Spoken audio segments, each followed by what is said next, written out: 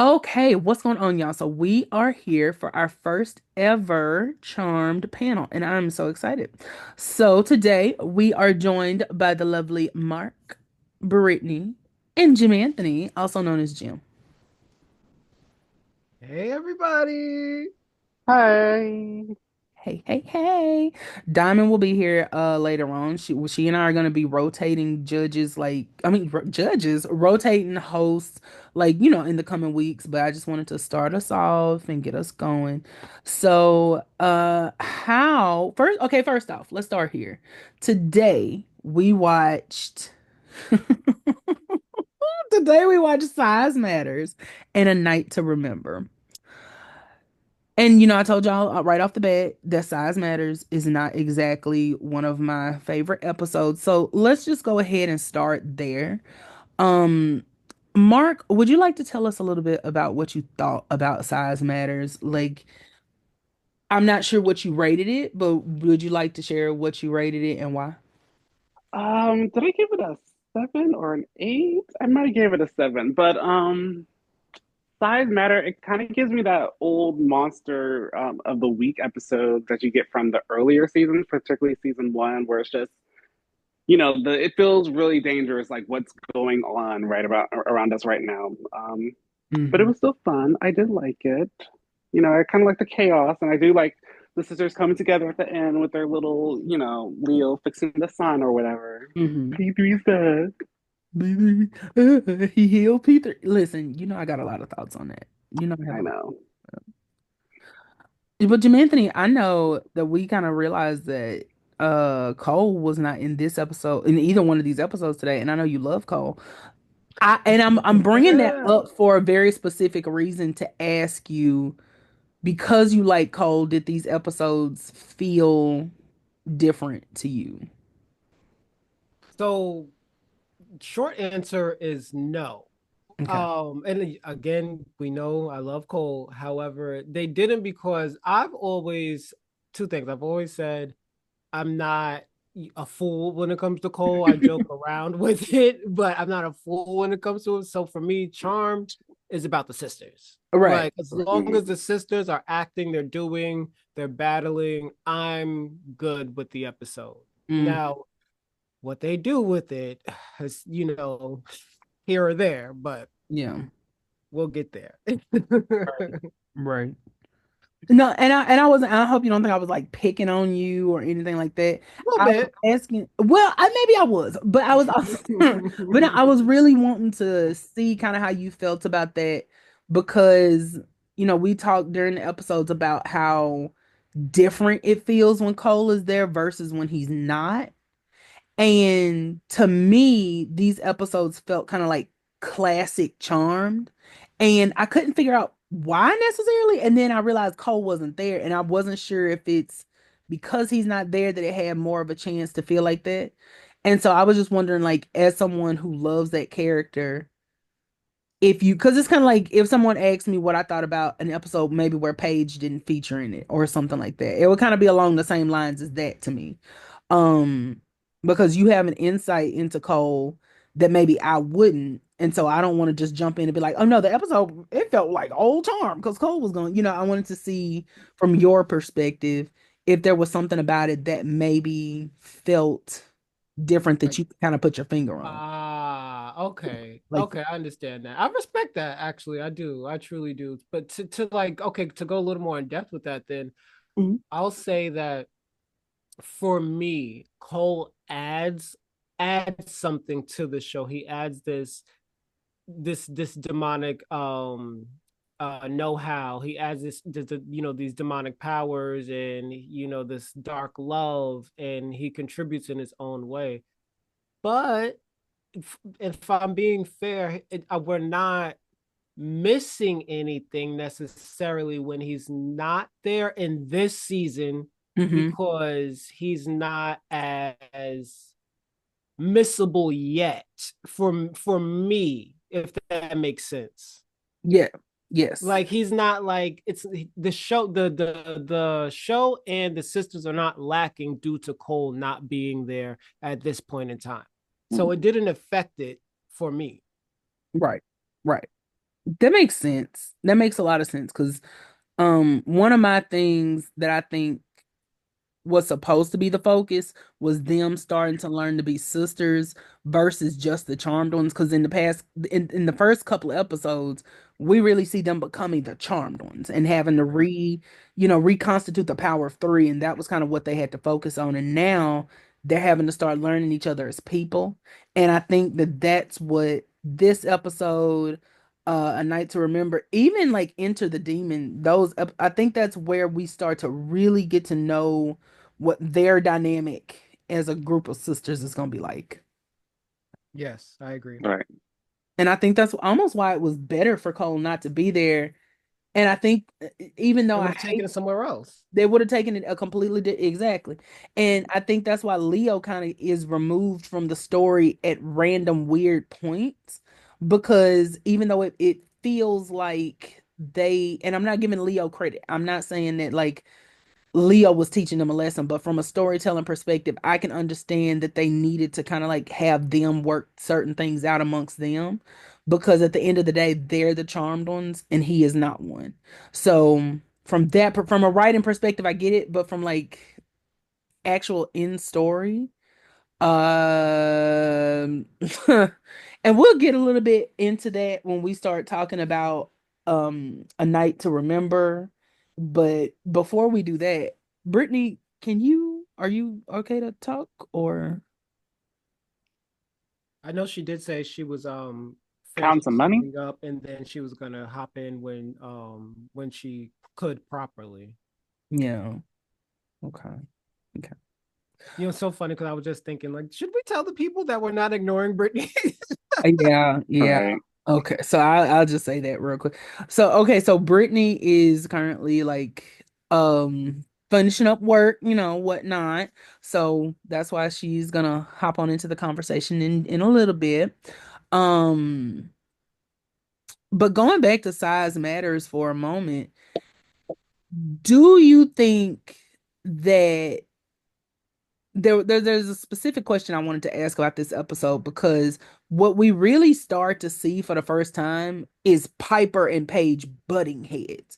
Like before, it was kind of just in random moments. It would just be them kind of like here and there, whatever. But like this set of episodes particularly is really when they start to have Paige, I think her personality come up and her start to clash specifically with Piper, who is also Piper's trying to get into like big sister mode and whatever else, and she's not making it easy for her. So, did y'all have any thoughts about that? Or were there any standout moments with the two of them that made you go like, those are my girls? Or was there one that made you go like, I don't know about that? Jim Anthony, you go ahead and go first. Specifically from Size Matters. Yes. So I it tickles me too. Like with those two, there's so much alike, but so different at the same time, which is really what tickles me. Mhm. However, it's more so like for me, not Paige, Piper trying to be something and someone, and we know who that is and what that is. That's a big sister and Prue. Mhm. Like she's not used to being a big sister; she's used to being a middle sister. So when she's projecting what she thinks she's supposed to be doing, Mhm. it comes across as ingenuine, and that's not Piper. Piper's a genuine mess. She's a genuine level-headed person. She's a genuine being. So when we get this someone she's not, we really that's when we know Piper's spiraling. Yeah. So I don't enjoy those two butting heads in Size Matters. I really don't because I see so much of Piper's grief. Mm. So That's I it, really it, good. it turns me in a different direction with Piper. Usually it's cute and I'm like, okay, but I'm like, damn, no, she's hurt and she's trying to be Prue. Yeah. Not the grief is cute. I know. No, I'm messing with you. I'm messing with you. I'm messing did with I say that? Did I No, you say didn't. No, no, you that? didn't. Oh, It was just the way you said it. You were like, she's hurting and she's grieving. And then you said, usually it's cute. But now it's like, I can. oh, right. So you were saying, like, usually her snark and whatever else is cute. Yes. But in this Yes. instant, it's not. It was just funny the way you said, that's why I said that. Oh my gosh.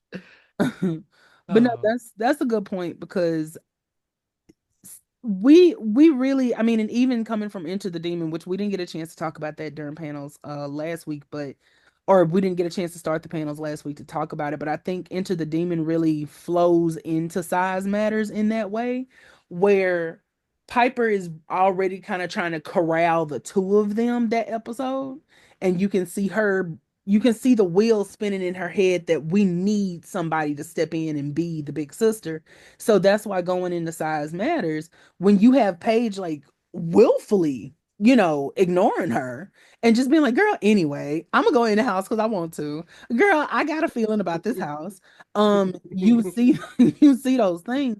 That's so true. Like she's operating from grief, and I think the sub spot, I was gonna say the sub spot, the subplot with the spot really highlights how over it she is, because when she said that the P3 didn't exist anymore, it was like Piper does not have faith in the power of three, in herself, in her she doesn't have that faith. She doesn't know quite what to do with herself because none of it exists in a way that she's familiar with anymore.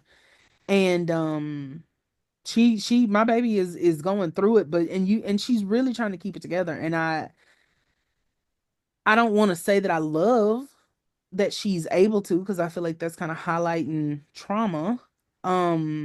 But it is interesting watching her try to keep some sense of normalcy, because that's the one thing she's always striving for. and that's the ego. That's the control that she wants, and I feel like that's why she ends up in a lot of the spots she ends up in is because she's trying to control something that's not meant to be. Yep. Hmm. Like you can't control grief. You can't control how your sisters are gonna bond. You can control the environment and circumstance and your behaviors, but you can't control how that energy is gonna respond to one another. Mm-hmm. Mm-hmm. And that she wanted things to be the same as much as I wow, as much as I thought that about Phoebe, like when I was growing up watching the show, it's like she didn't want things to change, but she wanted Paige in the family. I didn't realize that Piper is really the one who didn't want things to change. Yeah. Yeah.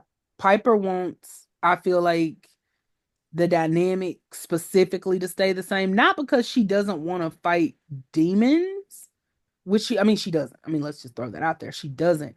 But I think Piper in that moment, in Size Matters, but really the whole season, Piper is constantly struggling with, what do we do now? Like, how do we function? Because she's so used to Prue being the one that's obsessed with everything, and then her and Phoebe kind of coming in and out and doing what they want to do, whatever else. That's what they're used to. And now it's like, that's why Phoebe is, she's just as gung ho as she's always been. Oh, I'll get a job. And Piper's like, no, I need you here to do this. And you can see her trying to play chess, where before she didn't even have a game board out to do anything. Um, it's just interesting watching that kind of tactical mind come into play, trying to keep the status quo, because she realizes how much things have changed. Yeah, she knows what's needed, but you still can't control something that's not meant to be controlled by you. Yep, exactly. Exactly. That's why her acting as Prue, I guess, turned me off. That makes sense. That makes Yeah. sense, because she's trying to be something she's not, and go against, the Piper we all know and love. And And it wasn't like a natural evolving. Like I don't want to harp on it. I'm sorry, but it's just like it's just wasn't that it just didn't feel right. no, you're absolutely right. It was not a natural evolution. It was very Piper trying to fit a triangle into a square hole. Right. And it just wasn't working until she figured out, okay, let me put the triangle over here in the triangle shaped hole. Because we were in the square before, and now we're, she I guess I actually should have said it vice versa, or said it reverse. But anyway, so Mark, what about you? Did you note anything betwixt our girls that tickled your fancy? I I did.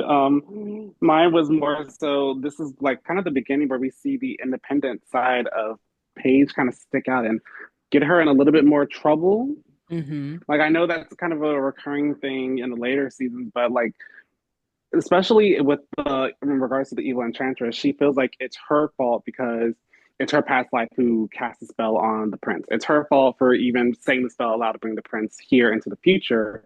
So she's like, I have to be the one to fix it. And her sisters are like, we get that, it's a give and take relationship right here. We're trying to be like a whole united front, but it's like you don't have to do it alone because we're your sisters. And she's like, I get that, but it's like how Piper has this whole trauma of losing Prue and being a sister and everything. Paige has this whole trauma of having to be alone after losing her parents, and it's Mm-hmm. interesting seeing how their dynamics work together. Because even when you guys were talking about how Piper is trying to force herself to be like Prue, um, I remember one scene that stuck out. It was kind of like, oh, the sisters are gaslighting each other, and they do that to each other all the time. And it's like, I think it's like them talking about how Paige, she's new to this, so she doesn't know. But it's also just like she kind of does know. Like, it's weird how she just kind of just flows Yeah. into the group setting. Yeah. Not weird in a bad way, but like you can't just put your like finger on it. It's just I'm trying to get the words right, but like I think I get what you're saying, how she doesn't fit, but then she does kind of just like fit. Like she comes in and she gets it because she pays a lot more attention to things than they give her credit right, for. And so from if that's kind of what you're going with, like I get completely what you're saying. yeah, And another thing I think that too may be kind of a because when you said that, that made me start thinking something that may be kind of like a clashing between Piper and Paige as well is the fact that Paige is a natural, if not maybe leader, she naturally is curious and she wants to do exactly. things, and she wants to try to get things done by herself coming Right. in. But Piper has to work towards that. Piper has to Hmm. try to be a person who wants to, go demon hunting. Piper has to be a person who wants to figure out these mysteries and things like that. And she has to be the person to keep the family together. And I think that though I think that's what's kind of clashing too, is that Piper's trying to pretend to be a person that Paige kind of naturally is. And I'm not saying she's jealous, but it's just that those two personalities are conflicting. And then Piper is also now having to serve in her mind two different functions, because Right. I'm so sorry for having that noise, but Piper is having to still be the one that does keep the house together because I mean, just from what they've always told us, she's always done that. So she has to think about how the bills are going to get paid and how this is going to happen and how that's going to happen. So she's serving her original function while now also trying to be the one to keep her sisters in order, quote unquote, things like that, and do what Prue did as far as being their rock. You And Hmm. know what's interesting? Mhm. In discovery of these past two episodes, or these past five, really, as Paige is entering and Prue has taken her exit or her dissension, Mhm. um, she she was used to delegating but not being in charge, Mhm. if that Mhm. makes sense. Like she's used to being the, what's the word, the bookkeeper, but she's not used to being the one who's adding to the books. Yes. Yeah. Yes. Yes. Cuz that is such a good point, because when Piper was gone at the beginning of season 3 and they were like, "Oh, I thought you paid the like gas bill or whatever it was." No, I thought you did. On paper, a person like Prue not remembering to pay the gas bill sounds insane, because Prue is always the person that's on top of everything. I mean, this is the woman who, as soon as they bought Piper, they helped Piper get the club, that she automatically went out and tried to get a loan so they from a loan shark so they could pay off Right. the house. You know, to think that Prue would do something like that makes no sense until you realize Piper is kind of the one that balances her out. And so when Prue is obsessing over a demon or obsessing over her job or obsessing over whatever, Piper's taking care of the homestead. And then when Piper starts to obsess over things or freak out over things, Prue brings her back and grounds her in reality. And that's such a good point, because we're getting to kind of see the behind the scenes now of how that falls apart. after, Yeah. a person that's your particular anchor. They used to have a system. They did. They did. They Yeah. absolutely did. Oh, that's such a good. I love that because Yeah. I've been saying they're trying to tell us they have a system when they don't necessarily, but now that when you said that, that made me think they really Well, do. that's Yeah. for magic fighting. We were just trying to find that That system. Well, that yeah, but I mean, like it still also like applies even like with Paige, how she acts towards her independence and Piper, taking over as the lead sister or as the big sister. Like you said earlier, Paige is very inquisitive. She has an intuition, she has a feeling, she wants to go forward and explore it versus Piper being, no, let's hold back, let's see something, then we can, be initiative and go forward and attack and everything. And then like it also goes back to how their sisterhood dynamic works too. Like Piper wasn't just the mediator; she was also kind of like the one kind of with the common sense, kind of bringing everything towards them. And if she was out of whack, then one of the others would bring her back in. But with Prue gone, Phoebe's not exactly trying to bring Piper back down to her normal self because she's also going through the same motions and she's trying to step in and be an older sister and trying to keep an eye out for Paige. And then everyone's kind of out of whack, but they're still trying to, get this feeling right so they can have like P3 back, get their a new system going, not exactly the old system, but something a little works better. mm-hmm. Mm-hmm. That's that's true. Jim Anthony or Brittany, do you have anything you want to add to that? I feel like the character of Paige, but like I haven't noticed when like I first watched Charm, but like with the rewatch, I noticed Paige set healthy boundaries that I think the sisters did not have. Simple things like knock before you enter my room, or just like announce yourself, or like bond with me for the right reasons, but still give me my space at the same time. That's one thing that I love about Paige coming into the sisterhood. It he's Yeah. No, absolutely. Absolutely. Because She little made stuff them like think. yes. She made them act because Yep. like we've kind of seen moments where like when Prue knocked on the door but she walked in anyway and Piper was irritated but she was used to it. Paige is not gonna be the one that's gonna be cool with that. Paige is gonna cuss you out because why are That you part. in my room? Why is he coming up in here? Baby, nobody told you to come in here. That's a really good point that when Paige comes in, not just because she's an only child, but because Paige is a person who seems very confident in herself. And I love my Halliwell girls down, but they are not confident. Cocky, but maybe not confident. And so when you get someone like Paige who's putting her foot down with stuff and being like, I don't want to do that. And she's being very clear and adamant about it. They're so used to passive aggression and they're so Hmm. used to communicating with each other in certain way, guilting each other, things like that. And that's kind of why I do hate about just skipping ahead to a night to remember. I do kind of hate the fact that she ends up moving in at the end of this episode because it felt like they now that's a personal thing. I'm not saying that I wish it hadn't. I do kind of wish it hadn't happened because it felt a little bit like they Too got soon. away as opposed to like Paige deciding to move in because it was the right choice for her in the moment. It felt very the sisters are always right. That's kind of how it felt. I'm not saying that's what happened. So how do y'all feel about that? How do you feel about Paige moving into the manor and coming up with that mark? Do you have something you wanted to say about that? Yeah, I think it was too soon. Like I like it, but I think it was way too soon. Maybe like a few more episodes down the line, they should have moved in. She should have moved in or something like that. But Why? um, I just what is the exact word I'm trying to say? My goodness. Sorry. Yeah, it was no, it was just too soon. Like they're still getting used to each other. Paige's only been a witch for a few months, and I get they're strongest together, but they really could just sit down and be like, okay, we really need to do a schedule for when these demons attack. Yes, we know it's at random, but it's like we should know each other's day schedules at this point on, hey, come over at the house this time so we can train you. Hey, we know you have lunch around this time. Can we orb you over real quickly so we can vanquish this demon who's, tossing Phoebe around like a rag doll in the living room.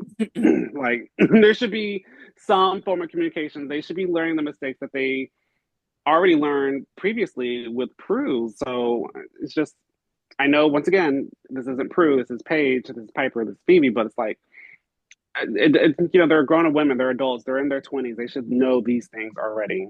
And it's just like Paige already said, I'm not ready for that. You guys aren't ready for that. And she's absolutely right. Like, it's only been a few months since their big sister just passed away. So I would say give it a few more months before, we're putting someone into our big sister's older room. Yeah. And especially because I think one of the big mistakes they made, and I talked about this earlier, but just to kind of share this thought a little bit more, one of the big mistakes they made to me was having a demon that they could control when that demon came into the house. That Mm-hmm. worked against them in this scenario because you have them. I think what they should have done was had like Cole be gone because he's trying to find the next demon that's going to attack because he's heard that there's going to be a next big one that's going to attack or something like that. Now that's me throwing that out there. Don't include that necessarily, but but have there be a reason that multiple demons are attacking at random times and they don't know when it's going to happen. Some of them Piper's been able to vanquish by herself. Some of them she hasn't. And, that way it would make it feel a little bit more, it would add to the narrative that demons are after them because the source is ramping up his attack. But then also it would have it feel more random because they do get attacked by demons randomly all the time. So it would just make a little bit more sense for them to have done it like that versus one where all we got to do is flip the light switch and then the demon's here. All we got to do is pick up the phone and the demon's here. Like we can control when this demon attacks. The one demon that we can control when it attacks, and that's the one that they're using as justification that, demons attack random. Right. Paige needs to move into the manor. Jim Anthony, I thought I heard you say something. Did you have a thought about this? I do have a thought about it. I didn't say anything. I was just waiting my turn. Oh, I'm sorry. I thought you said something. Sorry. Go ahead. It's funny because but what both of you said is actually will fuel my points because I don't disagree that it was too soon for her at all, but I think like what you just said, Galen, as far as I don't want to mix your words, but let me just make my point.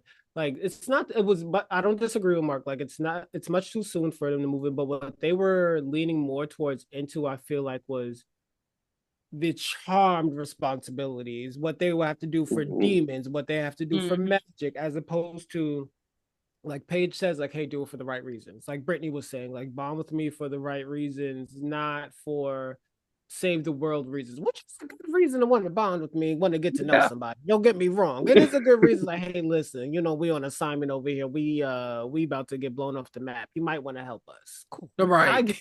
Right. So I get that, but I wholeheartedly agree. Like, put us in a place where we can understand one another, where we can have a conversation and not dictation. Mm-hmm. You're not going to. Yes, I came in. I was excited. I was curious about magic. I was open to it, but you're not going to come dictate my life. Mm-hmm. Mm-hmm. So I feel that if you gave me a conversation, gave me freedom in those feelings, if you expressed yourself, maybe it would have been awkward and too soon, but maybe I would have made the decision to come in had you had a real conversation with me. Yeah. That's how I truly feel, because and me as a person, and even thinking as Paige as a character, I would think we're similar to that, where it's like, okay, I understand this is something that's truly needed. But let me just think. Give me at least 30 minutes.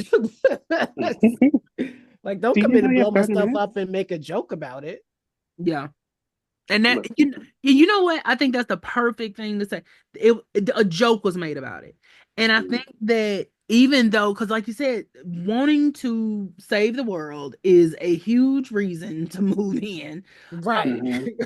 But what I think they did unintentionally, but then I wish that they had in the story done it a little bit more intentionally.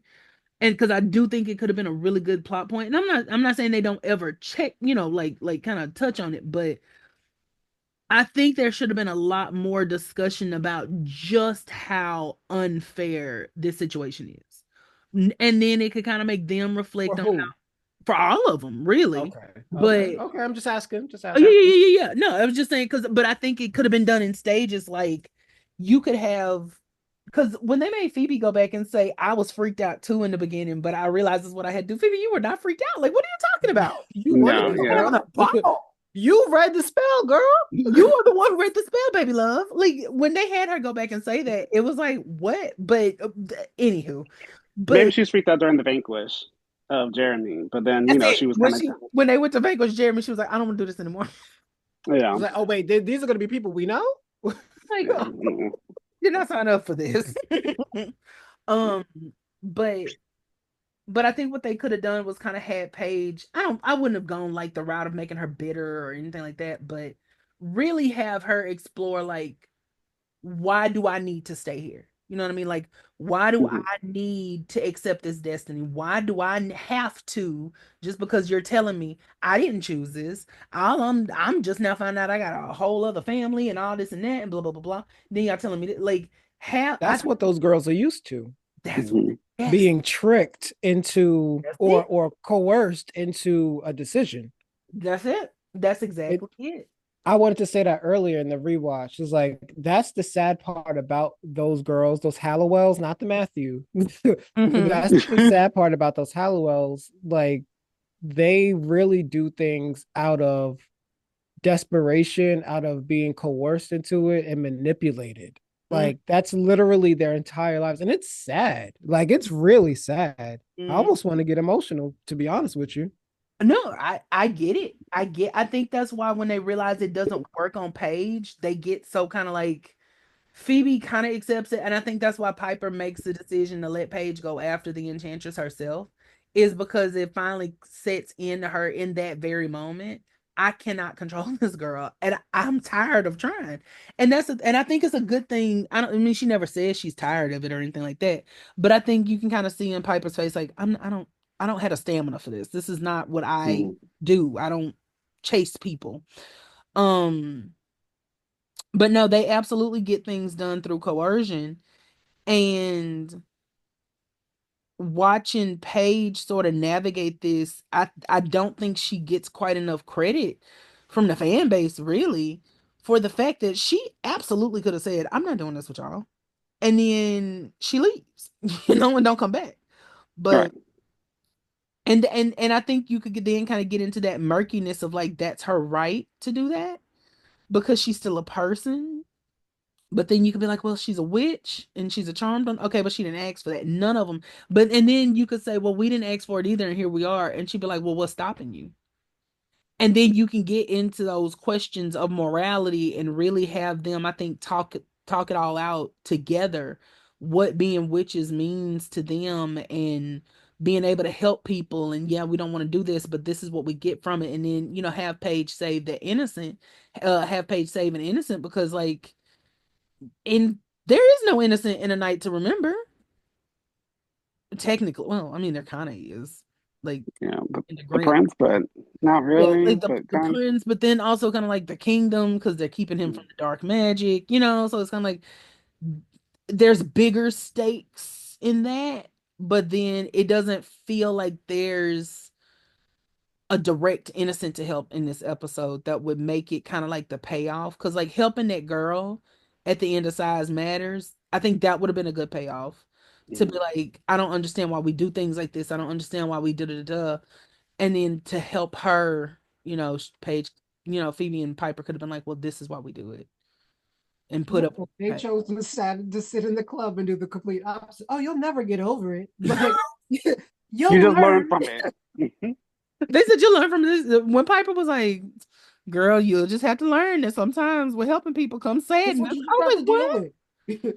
I It's was gonna like, make a tumor, but you'll be fine. yeah, exactly, exactly. They're like, yeah, you'll get some kind of disease from it, but get on out there, girl, do it.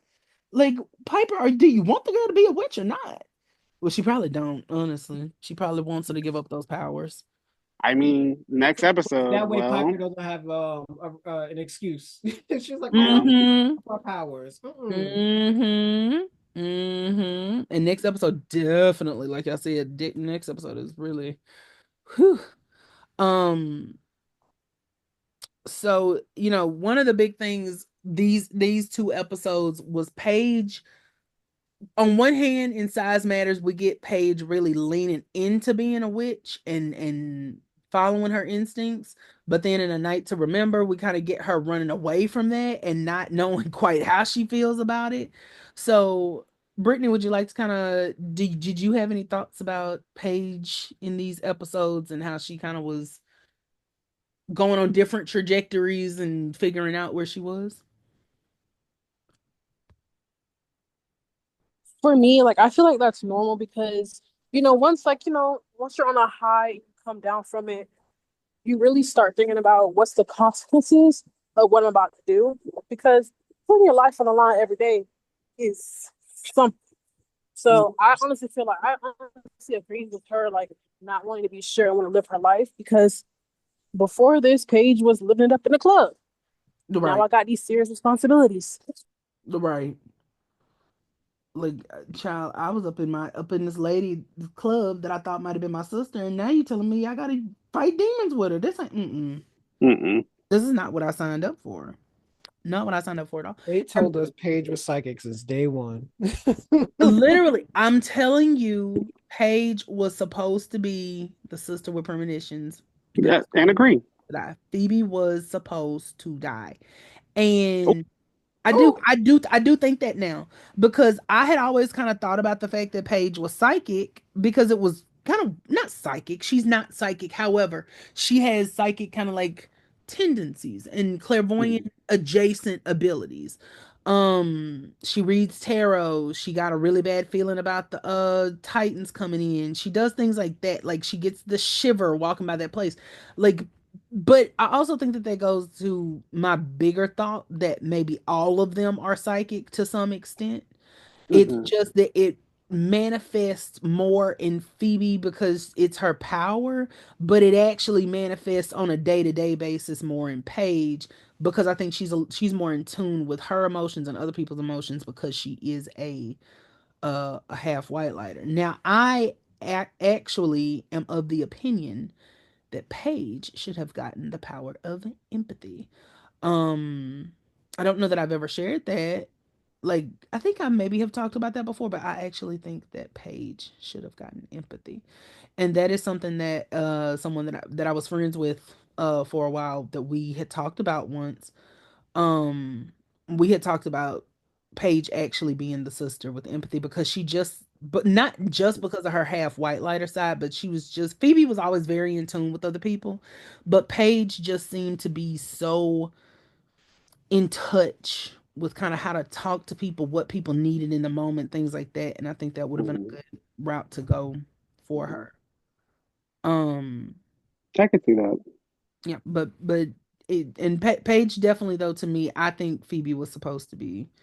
And we know that, hey, magic can change on a whim. So I don't think that when I say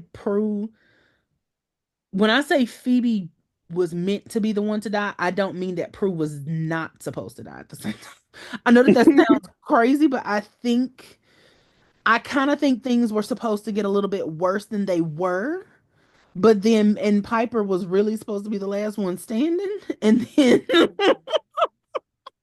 I'm kind of reaching, but I am saying that I do think it was Prudence's time, but I also think that it was equally Phoebe's time, and Prue was just the one that got there first. Now, I don't have that thought fully fleshed out. I am just saying I think that Paige was supposed to get Phoebe's power. I think Um, I've had a similar idea since season two. Like someone was always gonna die. It didn't mhm. matter who which sister it was, but whoever was gonna die, either Paige was gonna come in or whether they had her written up or not. Someone was.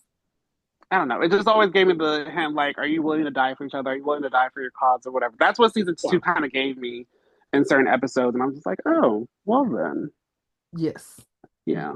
I could absolutely see that. And somebody had said something on TikTok one day. I don't remember their name, but when we were in a live one day, they basically said that they felt like Phoebe was supposed to something. There was something they said. Oh God, because it was in line with what I'm thinking, but I don't I remember. remember. I think I remember. It was Okay, good. it was when that I forget his name as well. I want to say it was. I'm not going to pretend what I'm going to say, but anyways, he had said that. Imagine the reason that Paige was always supposed to replace Phoebe because Phoebe's past life was supposed to have killed her. That's it. That's Oh, Yes, that's it. That was what it was. I could not remember what it was. That's it. That's exactly it. Yes. And I thought that that was one of the most like mind-blowing things that I had never considered that before. I had literally never considered that before. That Phoebe was supposed to die in season 2. Can you imagine if Paige was supposed to come in that early? And Magic just got averted because it would make sense. I mean, if you have one of the charmed ones that's fated to die, that's literally fated, like her cousins have cursed her, it would make so much sense that Magic would be like, "All right, we got a ram in the bush." I mean, I was gonna say Paige is saying her in terms again. She's like, I've been going to P3 for about a year around this time now. So I Mm. always assumed it was around the time like Piper got sick with the royal fever. I mean, I think that was right after Phoebe almost died from the curse. So like, yeah, that definitely tracks. Or maybe that was right before it. Ooh, that's a very, very good point. I need to find that person's whatchamacallit. And if I do find it, I'll come back and say it. But that was a very and by the way, Diamond is here. Diamond is going to be one of our alternating hosts. So this weekend I'll be hosting them, but going forward, Diamond and I will be taking turns. So welcome, Diamond. I forgot to say that when you Hey y'all, I'm excited. and feel free to like chime in. Right now we're just kind of going over the episode. We're kind of giving some of our thoughts and opinions on it, and we've been talking really about Piper's arc these episodes, and Paige's arc specifically because Phoebe kind of hasn't had a lot to do. Phoebe has been sidelined, and not sidelined in a bad way, not like, like that. But when I say sidelined, I mean the other two just, I think they have more character development, that's needed in the moment, which is very interesting because I think that for a long time, one of people's big arguments is that Phoebe and Paige got the most character development and Piper was kind of the one that was left out sometimes. So, do y'all see maybe any parallels in that? Like, do you think that maybe the story just takes the time to develop who they need to in that moment to kind of make the story a little bit more well-rounded, I guess? Opinion. Hmm. My apologies. You usually call us out. Never mind. I'll No, wait. go ahead. No, go ahead. Go ahead. Oh, you didn't set it now. No.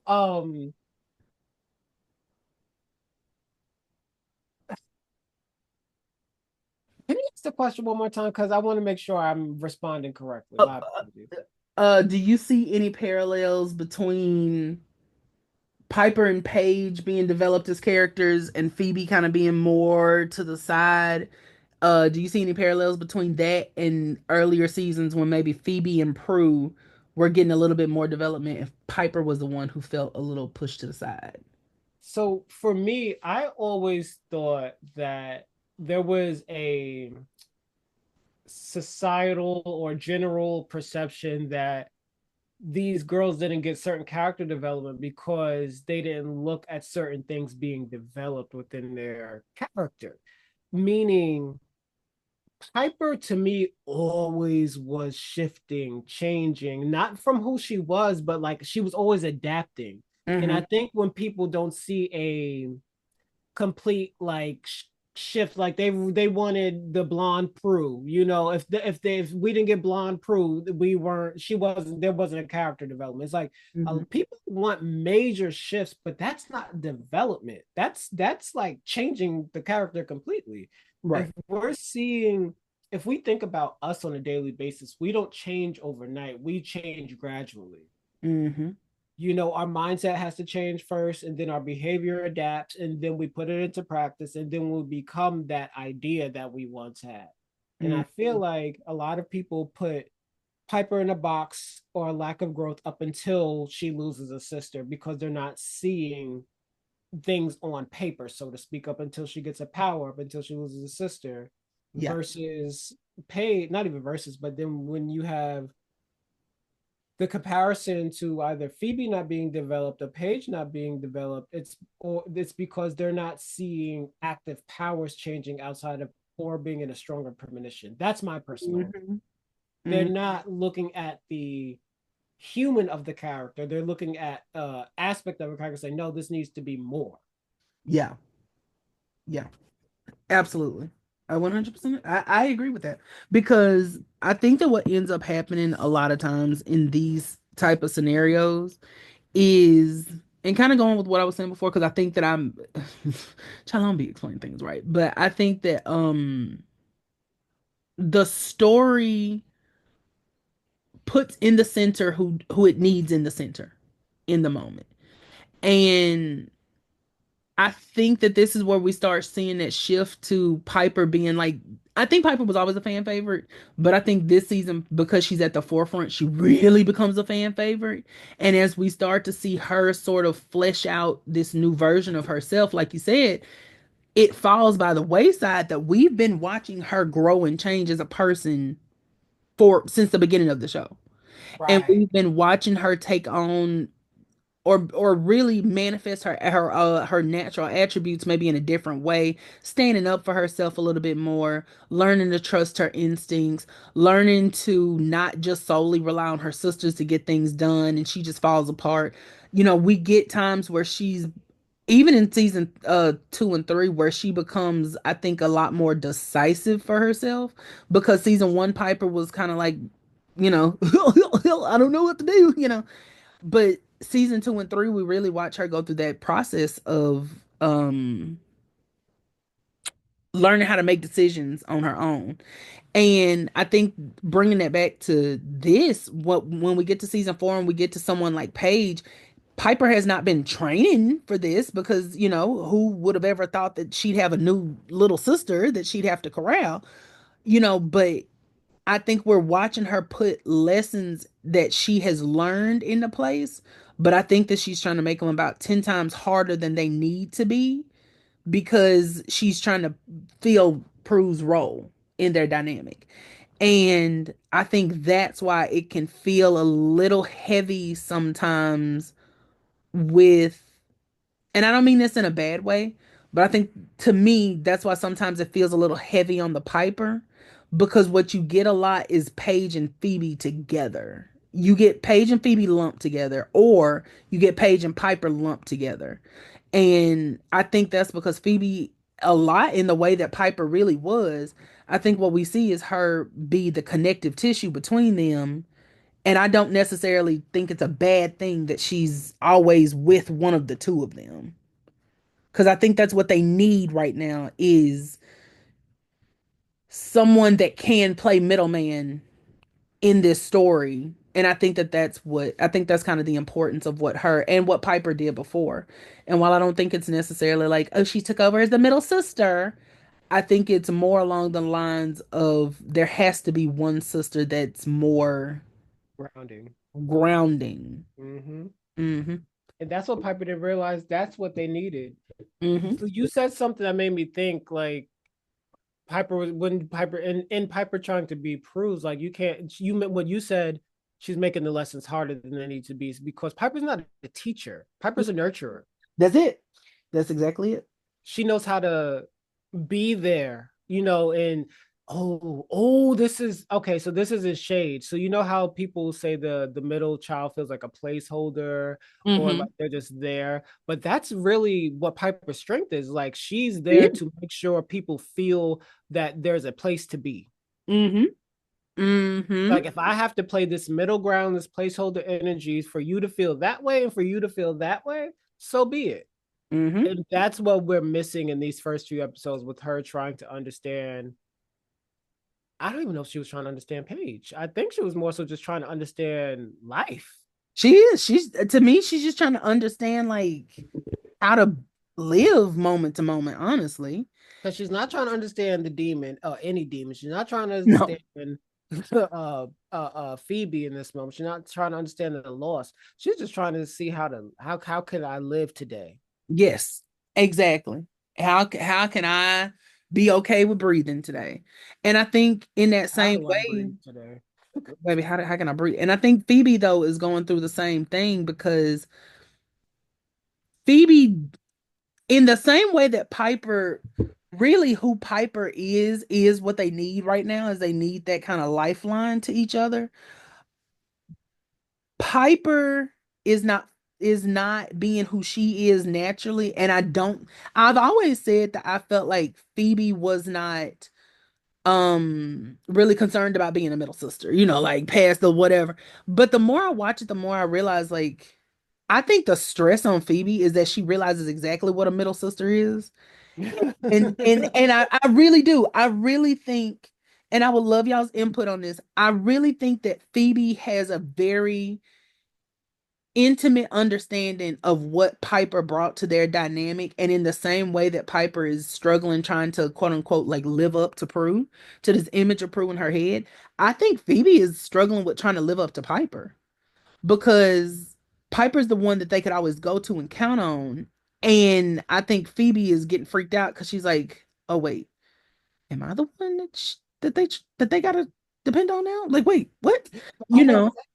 And I think she's capable of that, but I also think that because she's always been the one that benefited from it, that's why she's kind of struggling and she's kind of like trying to talk Piper off the cliff because I think that's what she thinks she needs to do, but she's not, neither one of them is fully aware of how the other one is feeling.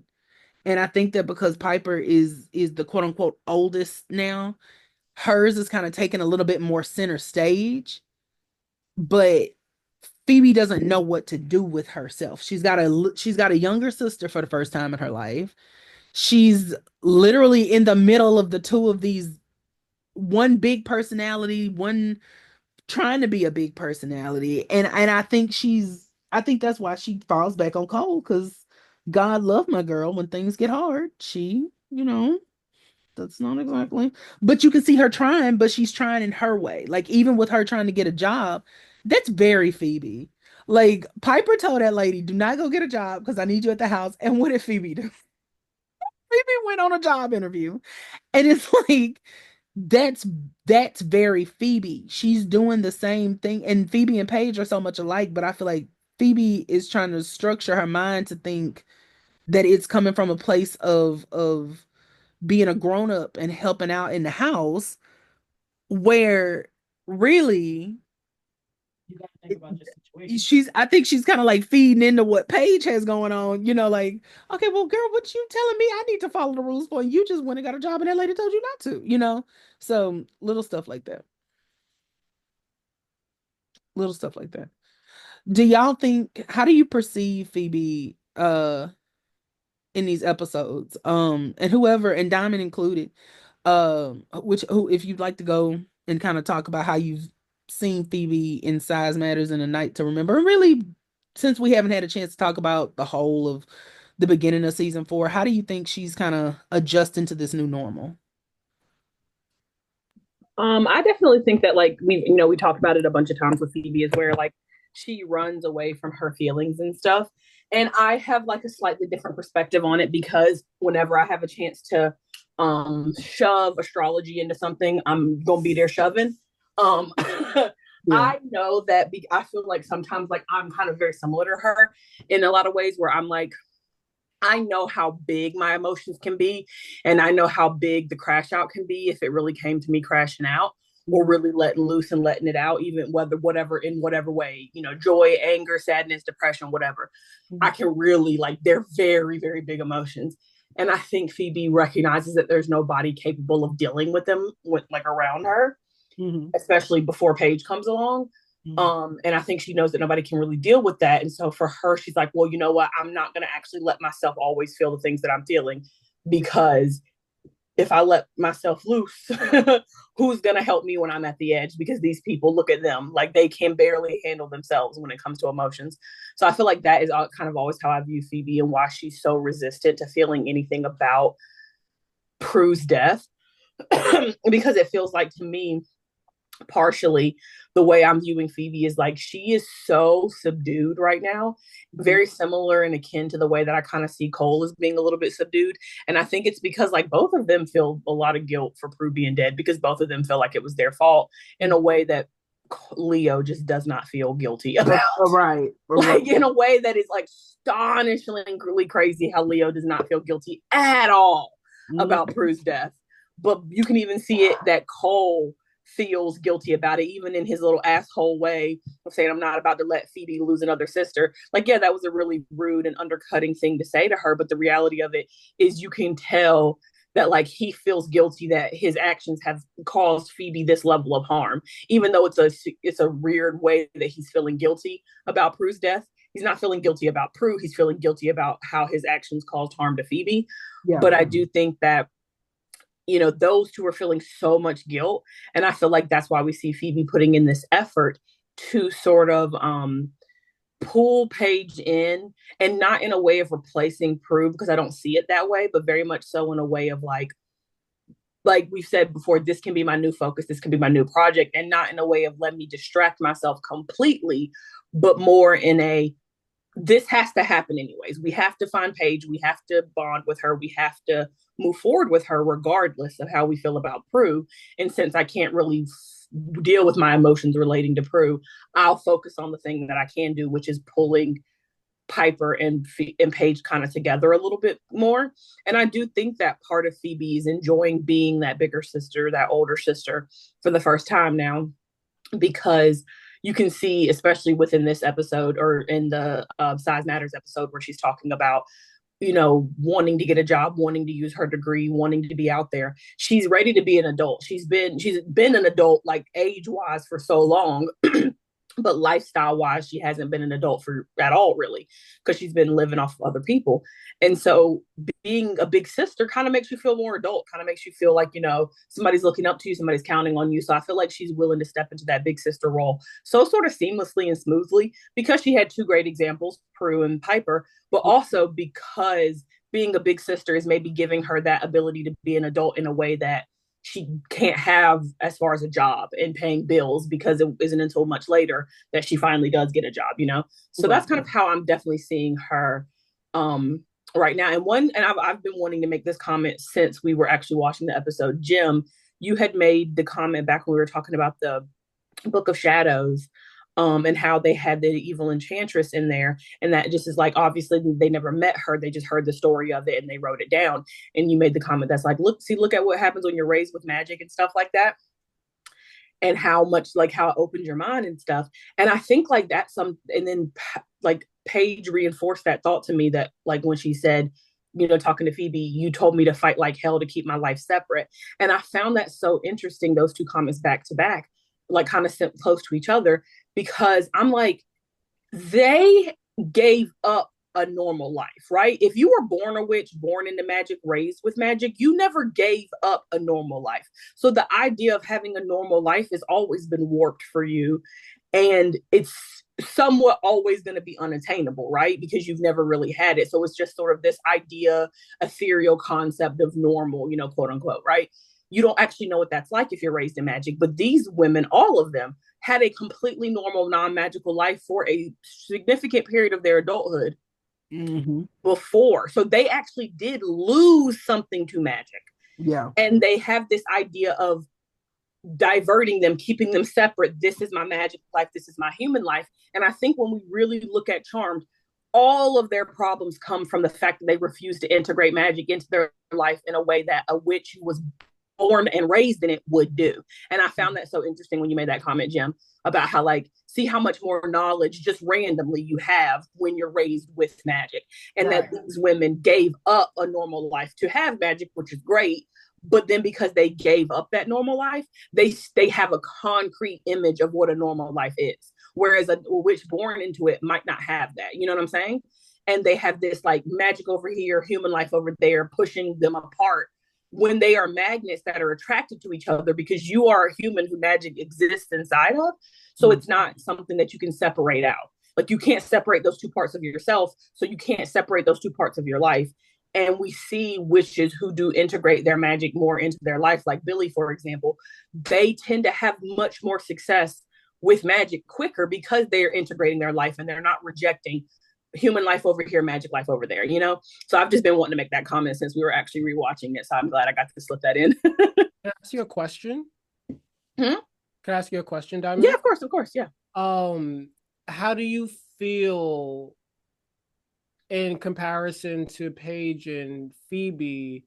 How do you feel about them now with accepting, like, how do you feel about them now in the beginning of them accepting magic and or not? Like, what's your opinion on that, actually, like, with them now? Like, when they first learned about magic versus now? Yeah. Yeah, no, I think it's very interesting when you look at, like, it's even talking about all four of them, really, how you look at how Paige and Phoebe, when they first discover magic, are so into it, you know? And I think we see that with them being like already being interested in magic outside of before they found out they were witches, especially with Paige. And so I think it's really interesting because when you like, you do see Paige give up a human life in order to fully immerse herself in magic later on into this season and the next. And I think that's something that we don't see with any of the other four sisters, even when Prue is on her super witch kick, even when Piper's on her super witch kick, even when Phoebe didn't have a job and could have fully devoted herself to. You wouldn't give that to Phoebe? I'm not saying I wouldn't give it to Phoebe. I do think that she did more than Piper and Prue as far as learning about magic and did put herself more into it. And as soon as a charmed, innocent sort of situation came up, especially in season 1, Phoebe was the first one to hop on it. But no, I don't feel that Phoebe fully immersed herself in magic. I really don't, because we didn't get to see it. I mean, if she did, we didn't see it. You know, we didn't see her studying I don't feel like it was as long as Paige did. You're right. Yeah, like Paige dedicated herself to it. You know, she was just a witch, and she was even just a witch so hard that she was ignoring her white lighter side, and the elders had to gather her. Despite my hatred for the elders, they had to gather her about that, you know. Now wait a minute. That's kind of what I'm saying with like diving headfirst into it. I think Phoebe took it more as a game, and Paige didn't. Paige had a respect for it, even though she does, I say, abuse magic. As far as their personal game system, Paige probably abuses magic the most in that regards, because she will say a spell real quick to fix something that she needs handled. But I think that she's the one who has, like, Paige is the one who has the most respect for magic out of the four of them, because the other three have a very different view of it, I think. And I think that's because it influenced, the three of them discovered it together, and it kind of influenced them to, like, it brought them together as sisters when they weren't necessarily excited about being sisters at that moment, because they still had their issues, their personal issues. Whereas Paige had been seeking family her whole life. You know, like after her parents had died, she'd been seeking family outside because she lost her immediate family. So she'd been seeking immediate family, and then gaining magic and gaining sisters at the same time, I feel like made her react a little bit differently to it than I would say the other sisters did, because they gave up something to gain something as well. But their process of gaining, like, they don't understand it in the same way that we see it from outsiders' perspective, because they gained, like, in becoming the charm ones, in becoming the power of 3, Prue, Piper, and Phoebe did regain their sisterhood. That was, so it was very badly fractured. And we see that, you know, symbolism with the picture of the 3 of them moving closer together, right? And we got that moment even before we ever knew what that picture was related to, you know? So I think that we see that, oh, they get their sisterhood back, but it's such a slow process of building it back, right? It's not an immediate thing. It's just, okay, we know they're going to get that back. whereas Paige immediately gained a sistership right away, you know? And so I think it's like just that dichotomy, or not dichotomy, but that sort of juxtaposition of those two things happening at the same time in the same way, but so different. It's just very, very interesting when it comes to I'm sorry. When it comes to what? When it comes to like how they all view magic, right? You know, like the way that it came into their, like Piper not wanting to realize that Phoebe, like not wanting to believe Phoebe had actually seen the pointer move, and then Piper being the one that really did see it, but then Piper letting Prue gaslight her into believing she didn't really see it. And just I think it's just like the way they came into magic, having to give something up versus having to gaining so much, because Paige gave stuff up too, but she gained so much more when she got magic like right away. And I think that's why she has such a different view of magic and approaching it, because yeah, it was tough, but like she immediately gained a whole family, something she'd been yearning for, you know, since her parents had passed. And so I think that made it easier for her to delve into it. And I think maybe that she was a little bit scared because she was very interested in magic, but she was resistant to the idea of being a charmed one because of the negative fighting and demons and murder and death that comes with it. But she was very excited about magic when she found out about it, you know? So that's kind of how I view it. I was gonna respond to you and say it's funny how couple things. You said Paige got a sisterhood immediately, right? But I also think that when you seek something, you find something. Like you said, she was seeking something. And to Galen's earlier point and my earlier point, there are definitely psychic threads in that family, and her feeling the connection to the club, her feeling her connection to Prue's obituary, you know, led her to these things that she was seeking. Yeah. And also I feel that the way they were immersed into magic is completely different, like you said, but because there was a discovery of it for Phoebe, Prue, and Piper, there was a kind of like a willingness there, even though Phoebe's the one who brought it in for them. Yeah. But Paige got thrown into trauma immediately, and I would have been like her too, like, listen, you're throwing me into this, okay, I want to learn everything about it, tell me everything. You telling me I don't have a choice? Oh, okay. But they didn't tell her she could bind the powers. They said, no, we need you like come help us, basically. Yeah. Like, we need you, girl, don't go nowhere.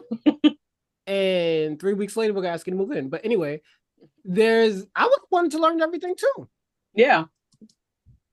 That's why I think it would be, you know, so interesting. Like if we had ever gotten an episode, like Red said, if we'd ever gotten an episode about them, especially like at the end, you know, saving that like woman's life, like that woman didn't, like, you know how so many times we see innocents who find out about magic because of the charm ones, right? The charm ones coming to save them.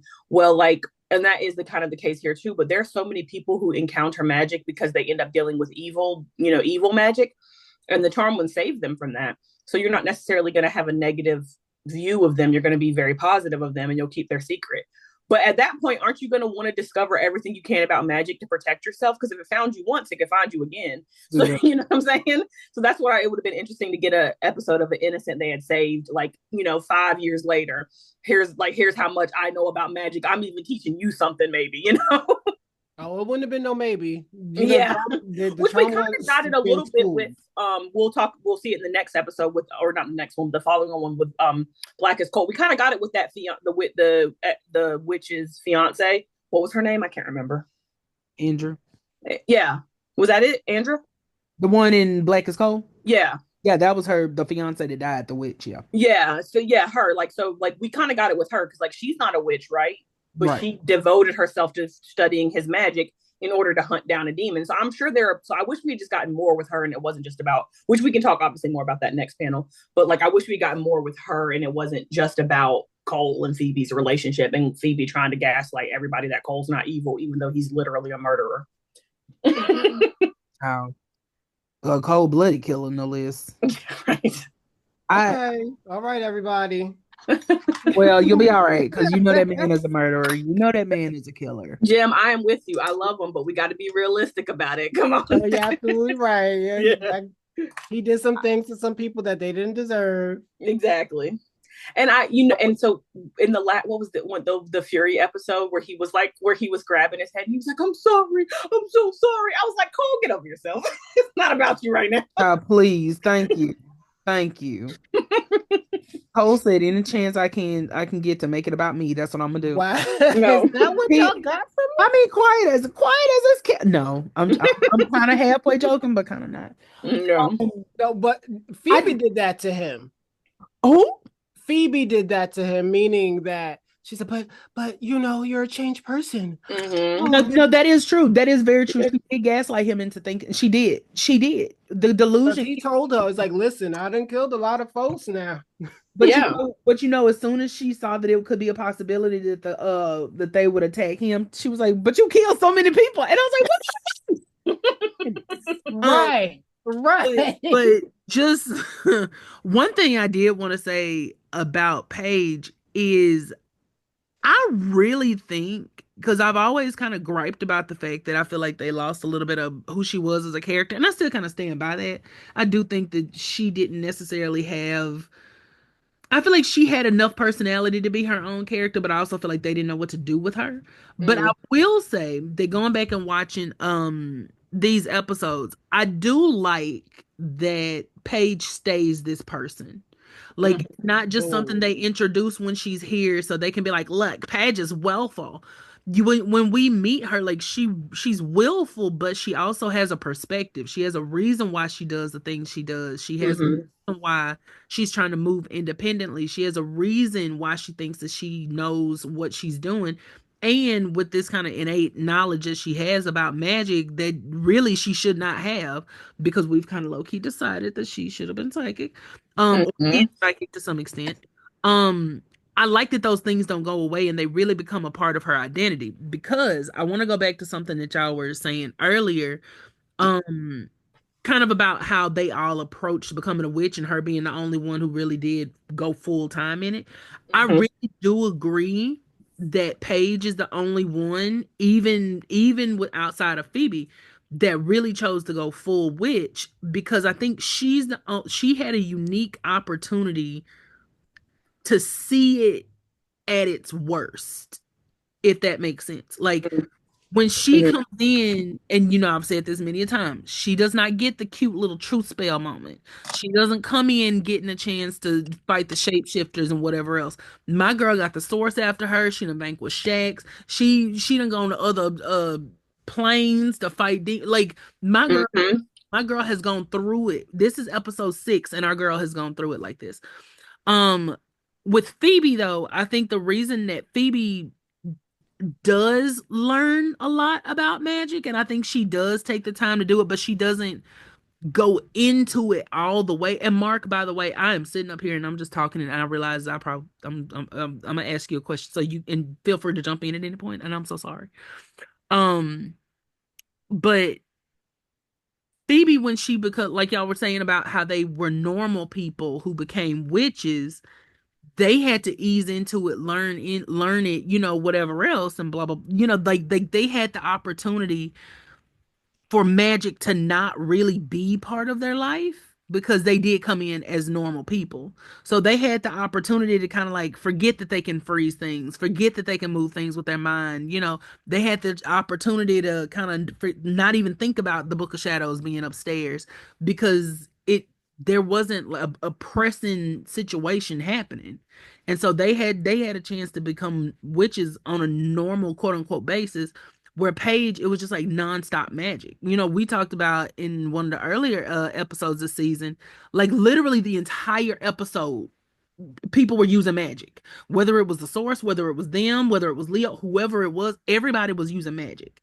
And so Paige has come into them being immersed in magic, being constantly around them. Like season 1, Leo was lying about who he was, but now Paige walks in and he's orb levitating in the middle of the room, where him hovering is how Phoebe even discovered that he was magical in the first place. And it was a big deal, where now it's just like, this is just what they do on a day-to-day basis. So I think that's another reason why Paige like throws herself into it, is I think that she gets that very unique opportunity to see what magic is capable of right off the bat. And that's why she's like, let me figure out how to use this. Let me figure out how deep this goes. Because, girl, I'm the queen, you're the bee, and all of that. She didn't have time for that. My baby did not get time for that. And I kind of think she was working in reverse to what they're doing because, like, for them, the intensity didn't come until later on and they had a chance to relax their way into it, where she's the complete opposite, where it started really intense and then she could ease her way in. So she had the chance to kind of be like, "Ooh, that was a lot." And now she can go back and be like, "Let me see what magic got to offer." That's my little thought process on that. That's how I kind of like, I think that's why I enjoy Paige's magical journey a little, maybe not more, but in a different way, because I feel like she gets a chance to see it and then go, into it. Mark, what do you think about that? What do you think about Paige's journey thus far into the magical world? I always like episode wise, like during a rewatch. Honestly, I just always think about how you say she just hits the ground running, and it's the truth. Like she is, there's no time for, there's no rest for her. There's you got to study this, you got to study that. Well, the source is coming, so you need to be practicing on this. You need to be here in the house. Mhm. Everything's time. There's no time for fun. I mean, yeah, she had that one episode where she was, she stole the Book of Shadows, and she kind of had her fun moment, but it's not like the sisters, like you said, like where every other week they're doing something fun and everything, and they're learning what they can or should not be doing. It's like, no, you can't.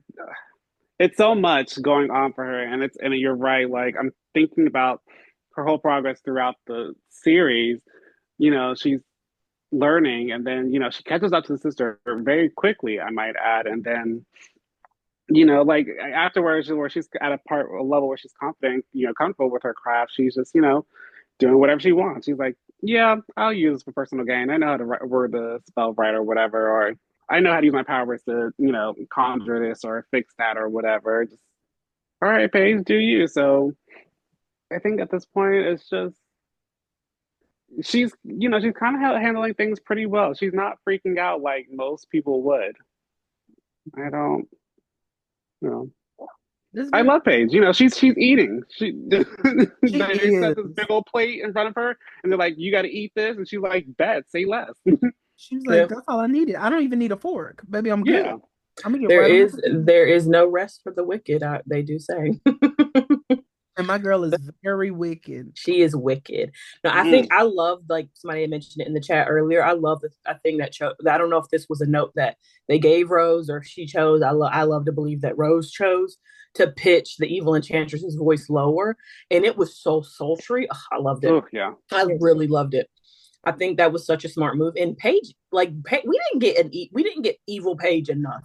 Evil Paige eats, because evil Paige isn't evil in the traditional way that people are evil. Evil Paige is evil in the way that Paige would turn evil, which is not, I want to hurt people. I want to go around causing chaos. I just want to do magic for the sake of magic.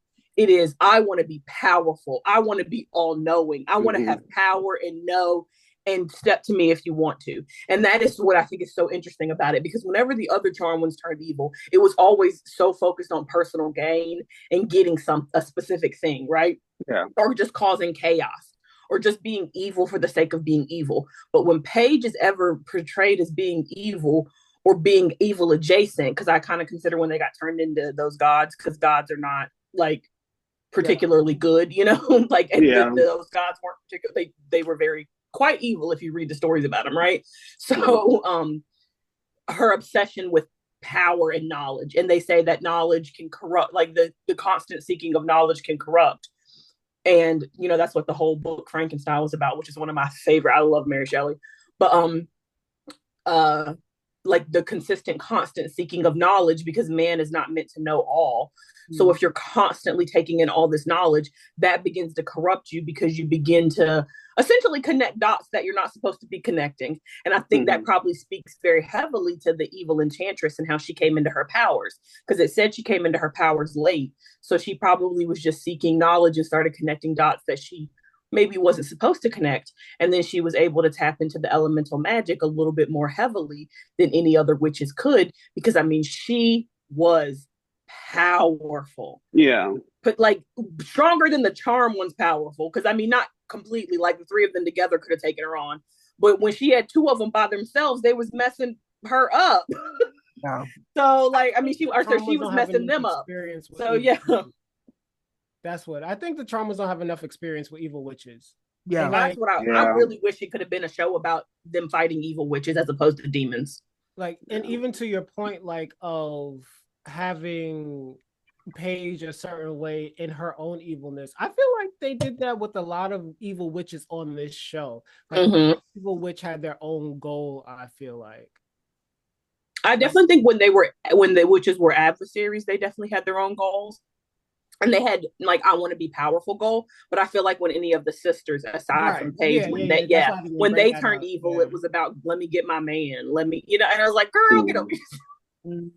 But No, then but like, again, that's actually to your same point. It's like, listen, hey, it's to each personality, and yeah, we're boy crazy. I'm telling you, one of my favorite Prue/Shannon outfits on the show ever is that Bride and Gloom episode when she was in the black two-piece wedding dress.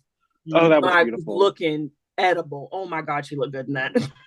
and I mean, I hate like just because I don't like the over just because like not because it's it's not necessarily positive, but I do appreciate when like when they be showing us a little bit of skin, but it's covered up. I love the sheer, but there's the bra underneath type. I love when they do that. Mm-hmm. Mm-hmm. When you were talking about how like the evil enchantress, like she's late to the craft, but like she starts connecting dots that she does, or she's not supposed to. It makes me think about the parallel to Paige and how she comes to the craft and like she does connect dots and everything, but like she doesn't let that knowledge or power corrupt her. And that kind of reminds me, like towards the end of season 5, when Leo's giving them their little pep talk, he's like, "You learned so much, you've come so far in the craft, but you haven't, let that take you down a dark and twisted road or anything like that. Like, of course you can handle being, this all powerful being." And I'm just like, oh yeah, look how far she's come compared to the sisters, and like how you mirror their past lives and their desires and everything like that. I'm just like, oh, like maybe her being half white lighter is like kind of like for the best. Like it does, have her reaching towards like enlightenment. Like yeah, these mortal desires, not these mortal desires, but like these passions or whatever, like they're great to have or whatever, but like I do have a set goal in mind, and I want to, like, she has a desire to help people, and with magic that kind of just,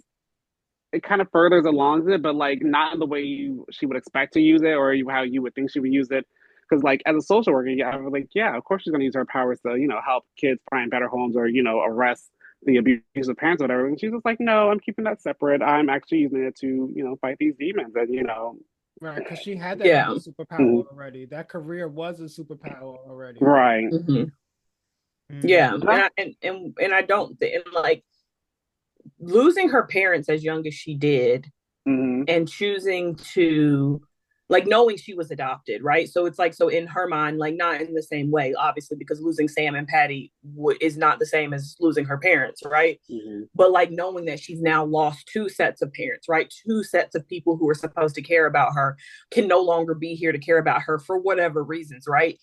And being able to process your way through that without breaking apart. Yeah, like Paige is probably, of the sisters, like we see how strong. I'm gonna just be honest. We see how strong Piper is because we don't see Phoebe grieve Prue's death, and I think that's ridiculous. Like I know that is like a choice that the writers made to some degree, and part of me, one thing, because I know we don't focus on the writers like individual ideas and thoughts too much. We kind of just say they didn't know what they was doing. But I really do wonder if maybe some of the writers were mad that Shannon was the one that left, because Phoebe not being in some of the earlier episodes, Phoebe being so sort of nonchalant about Shannon's death, while Phoebe sort of being nonchalant about Prue's death, while Piper is grieving in multiple episodes, and even into the future episodes and seasons, Piper's still the only one mentioning her like that all the time. I really do wonder if, especially going into season 4, if some of the writers were I know we don't like to get into it, but we're Team Shannon, for lack of a better term. And we're kind of ticked off that Alyssa was there. And maybe that's why they wrote Paige the way they did, with her being like, hint, hint, watchers, hint, hint, how psychic she is. You know what I'm saying? That makes me think about Galen's thing. Just like you said, that psychic thing. Like, that makes me think like, okay, was somebody else supposed to leave and we're just not going to develop the other character that's here? Like, potentially even as a way to like say to the producers and the executives, look, we can so easily switch Paige to being Phoebe if we were able to bring Prue back. Like, it would be very easy. Look, we've already laid the groundwork. And so I don't want to speculate too much on what, but like, it kind of seems like the writers were like not outright sabotage, but a little underhanded, because like, I do feel like we're getting more of the Phoebe that we're used to as we move forward. But it's weird because your big sister is gone. Where are you in that? Like, how are you so quick to be okay? You're so fast to be okay. And it's not even in like a fake way, right? Like, they do that for that one little episode, the part 2, they do it where she's like, I couldn't fall apart if you were falling apart. They do it where she was pretending to be strong for Piper's sake. But then from that moment forward, Phoebe's pretty much fine. I do, honest to God, and I'm not saying this in defense of Phoebe. I promise you, because I will call my girl out in a hot second. I honestly think that to a certain extent, it makes sense for her, because Phoebe represses every single thing in her life. And I think that what they're missing, though, was a moment, like you said, like where they actually truly acknowledge it, not just her crying over the jacket. I really think Phoebe needed a big moment, but I kind of the reason that I'm of the opinion that I get it is going back and watching it in such a quick succession now. I'm like, that makes sense that Phoebe is not going, because even after Cole betrayed her, Phoebe just kind of like moved on. Like, yes, she was still mad, and yes, she was operating out of anger, but she didn't roll around in it. It wasn't until the Banshee came around and like literally forced her to feel the pain she was feeling that she had any kind of reaction. And what's interesting about that is after that, she makes up her mind, no, I can save him.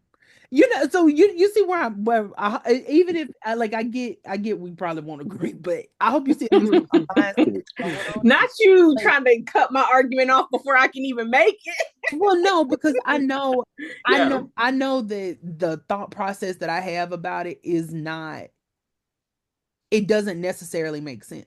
I just am at a point with Phoebe where it doesn't make sense that she's not breaking down over her sister. And at the same time, specifically for the character of Phoebe in universe, to me, it almost makes sense, because like, you think about the way she completely changed her mindset right after she found out Cole, quote unquote, killed or was put under a spell. Like, she deluded herself into thinking, I can fix this. I can do that. After James died, she deluded herself and was like, I'm just gonna find Dad. It'll be okay. There's always something. And I think that now what we're watching is the beginning of her delusion, and her telling herself, okay, yeah, I miss Prue, but I'll fix Paige up. It's kind of like you said, like you said earlier, she's not trying to replace Prue with Paige, but I think and I do think it may be that guilt as well, like you said, but I think it's that she has something to focus on. She has something to throw herself into in Paige. And distract, emotional distraction. Which is going to eventually grieve. And I think that's why when they vanquish Cole, and then everything that happens with her baby subsequently, I think that's why we see such a major shift in her, and I think that that's why we see her break down so much. Now, of course, it's because it's Cole, but at the same time, I think she realized, like, okay, I threw myself in the Paige, and then Paige Cole. I threw myself into Cole, and now Cole is gone. And I, honest to God, think Phoebe in that bed sniffing and crying and snot. I don't. Now this is just me, because never said nothing. But I really think that moment is so much bigger than Cole. I think it's her being tired from throwing herself into other things. And feeling like this was the result I got from it. I can't run anymore, but I'm also not gonna sit here and tell them what's going on. Because, like you said, like Mhm. I do somewhat agree to that. Maybe she doesn't show a lot of her feelings because she doesn't trust that everyone else is going to quite um know how to help her in them. But I Mhm. also think a lot of it comes from the fact that Phoebe's always been very separate from her sisters. And yeah, they were Yeah. close when they were little, but once they started getting older and she went down this completely different path from them, I think she started bottling things up and it just turned into they're not gonna be able to help me. They don't because they don't understand. And love my Prudence down. My Prudence can be a little judgmental. And so it's like I think Phoebe had just gotten so accustomed to living in her own world that that's what we see. Is Yeah. we're watching her. That's why I also think she feels so kind of separate from the story. Like in the same way that Piper feels separate from the story sometimes because she's constantly trying to like get away from magic, but then she also is not mentally there. I think Yeah. that's what we're seeing with Phoebe now is like I can't devote myself to this fully anymore because I see what can come of it. And I'm not gonna end up like Prue. And I Yeah. think watching her kind of go through this lull period right now of just sort of being there, I think that's what a lot of this is I think Phoebe is honestly starting to pull away and you can see the beginnings of it. And I think Cole is just like the big catalyst to her fully pulling away. And then I know I'm jumping ahead, but I'm just saying like Phoebe is going on a journey this season that I don't fully think she understands that she's going on. Right. And a lot of that is because she never takes the time to process her emotions in anything that she does. And That's why she became an empath. that's why exactly, exactly, because magic is always trying to teach them what they need in their lives. Phoebe does not ever take time. Everything that major that happens, she suppresses it. She focuses on something else, and then she finds something else. She's always looking for that next big, I don't want to use the word project, but she's always looking for that next big distraction.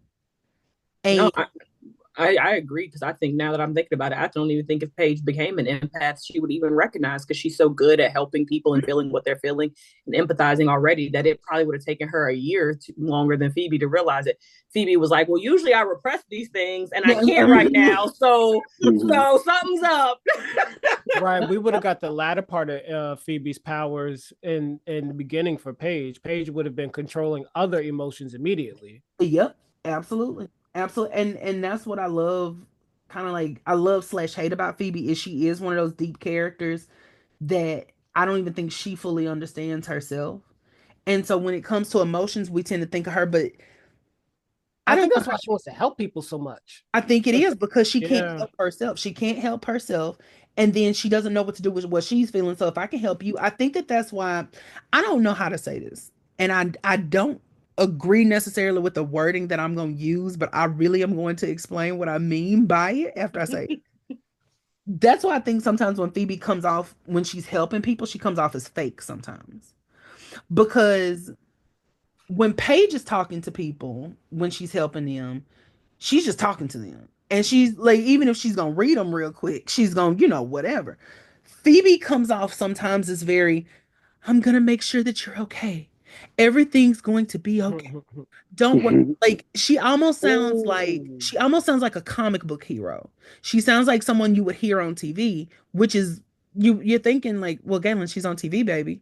Phoebe, the character of Phoebe is not on TV. Right.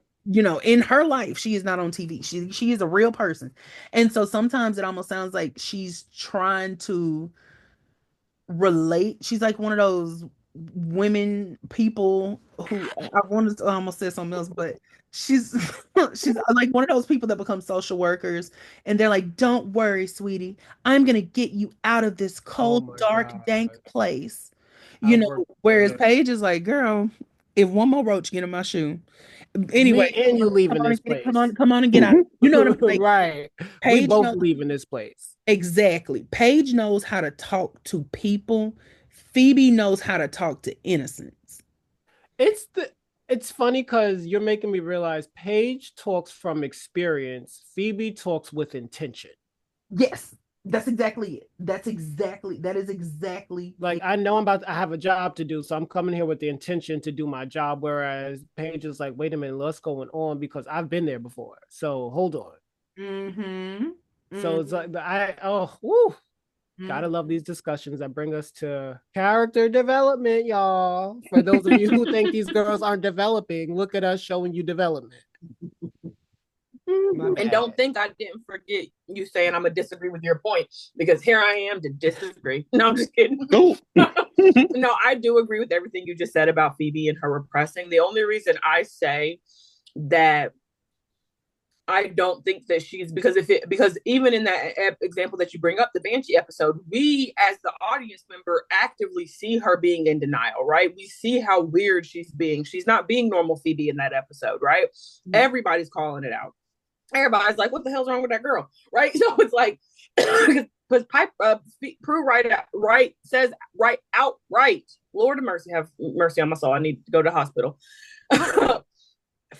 Prue says outright to Piper, and everything that Phoebe's got going on when it comes to casting that spell that ends up turning her into a dog. So like we see how odd Phoebe's acting in that episode, and that she's being in outright denial. We see her have that little mini breakdown in the attic, being like, why Cole, before the Banshee breaks in, right? So I definitely agree that we see her repressing, but we see her being weird about it, right? And we don't get that here. We get Phoebe normal. And I would totally, if you're giving me a new perspective to look at, like I can see if you're saying that breakdown after vanquishing Cole was about much more than just that, and that could even be roped in as saying that is her final big breakdown about her repressing her feelings about Prue's death. Yeah, I can give that to you for sure, because that's what's missing for me. When I say that she's acting normal, if she was just being in denial and repressing her feelings, at a certain point, the repression backfires and you have to deal with the emotions. Right. Repression, you don't just get better on your own with the repression. And we never actually get a Phoebe moment of her repressed emotions breaking through related to Prue after that one singular moment, which in my opinion wasn't enough for them to have had the relationship they had, for that to have been her big sister her entire life, for everything that, like, it wasn't enough, because we see Piper still grieving after that. So and we don't see, so like if we had another moment where we do see Phoebe finally break down, then I could give you the repression, but we never get that unless, like I said, now that you're giving me that sort of framing, which I'm definitely going to pay attention once we go, and get to that episode to see if I see it building and connecting, because I definitely can give you that. But even then, still to me, it's like we need a dedicated Phoebe crash out, breakdown, lose her mind over Prue that shows us that she really was repressing herself. And I just don't think that we get that unless, we don't get one dedicated to Prue. But if you're saying that breakdown was about much more, which I can totally give you, I can definitely give you, because like, if you think about it, like Cole is partially responsible for Prue being dead. Yeah. And then now Cole might become responsible for your other two sisters being dead if you don't go out there and do something. So that moment, and then everything after that moment, the vanquish and then the after, all of that could have been also because of Prue, because they had to say Prue's name during that spell. Yeah. So you know what I'm saying? So I definitely think I can give that to you. I'm gonna keep in mind, and once we get to that part of the rewatch, I will definitely let you know my thoughts fully. But that's why it's lacking for me. It's because we don't get that dedicated Prue breakdown. Oh, absolutely. I've been repressing my emotions about Prue. We just get, I'm fine. I cried. Oh no, absolutely. They never really do anything to give us that. And that's one of my big gripes with Charmed, is like they'll give it to you, but you have to really think about it and intimate it, and then there's no real proof that that's it, because they don't say it. And my thing with Phoebe, and I think the difference in this situation, because I think you're absolutely right that with Cole we see her acting funny. I'm gonna tell you what I think the main difference is. There was still I don't want to use this word, object for her that could potentially solve the problem, if that makes sense. Like, okay, with Cole, we see her acting weird and we see her acting, whatever, and then having that breakdown because Cole is still out there. Cole is still there. He can still be fixed. He can still be something. Like there's some way that she can still interact with him. Tangible. And how could yes, he tangible. tangible. That's exactly it. Yeah. Okay. Whereas it's like my baby is gone. Mm-hmm. We done tried to bring her back. We done tried everything we could possibly do. And I think why she moves into a new normal for herself. Because again, I really want to stress this, and I don't mean this in a positive way to be like, that's just Phoebe. Phoebe is delusional. And very like I'm not saying that in a good, positive, funny, kiki way. I am saying that Phoebe Halliwell needs to be laying on a couch because she is delusional. And the way that she convinces herself of things really like we could do a case study on it. And I am not saying that to be funny. There's no reason that we should be able to take multiple examples of how Phoebe has deluded herself into believing stuff or put stuff to the side. But that's what Phoebe does. And so for me, the fact that she doesn't grieve Prue in the same way Piper does is number one, because to a certain extent, she's always been more independent of Prue than Piper has. And so I think that's why she can operate a little bit more on her own. But then as a whole, I think the delusion kicked in to protect her. I am saying that as not someone that's trying to be like, leave Phoebe alone. I'm saying it from the stance of like, I think Phoebe went into a place in her head and decided that's where I'm going to live. And she just started operating. And I think that that's why certain things start happening in her life. Like, when has Phoebe ever thrown herself into a career? Then she gets this empath power, and then she's meeting a man, and she's lying to him about magic and keeping it from him for this long extended period of time. And Phoebe's life and the person that she becomes, if we're gonna be 100% honest, I didn't mean to clap. I did not mean to clap, but I got really excited thinking about it. Phoebe low-key becomes Prue at a certain point. Yeah, and I really think I did not mean to start clapping, but y'all do not know the way that hyped me up. Phoebe low-key, I think subconsciously was like, I am going to live the life that Prue didn't get the chance to. I'm going to throw myself into my job the way my baby did because that's what she did. And I know that it works. And so I'm going to do this for her. I'm going to do this for her big one. I'm going to make sure this relationship works. I'm going to keep this magic from this man so that way I can have it.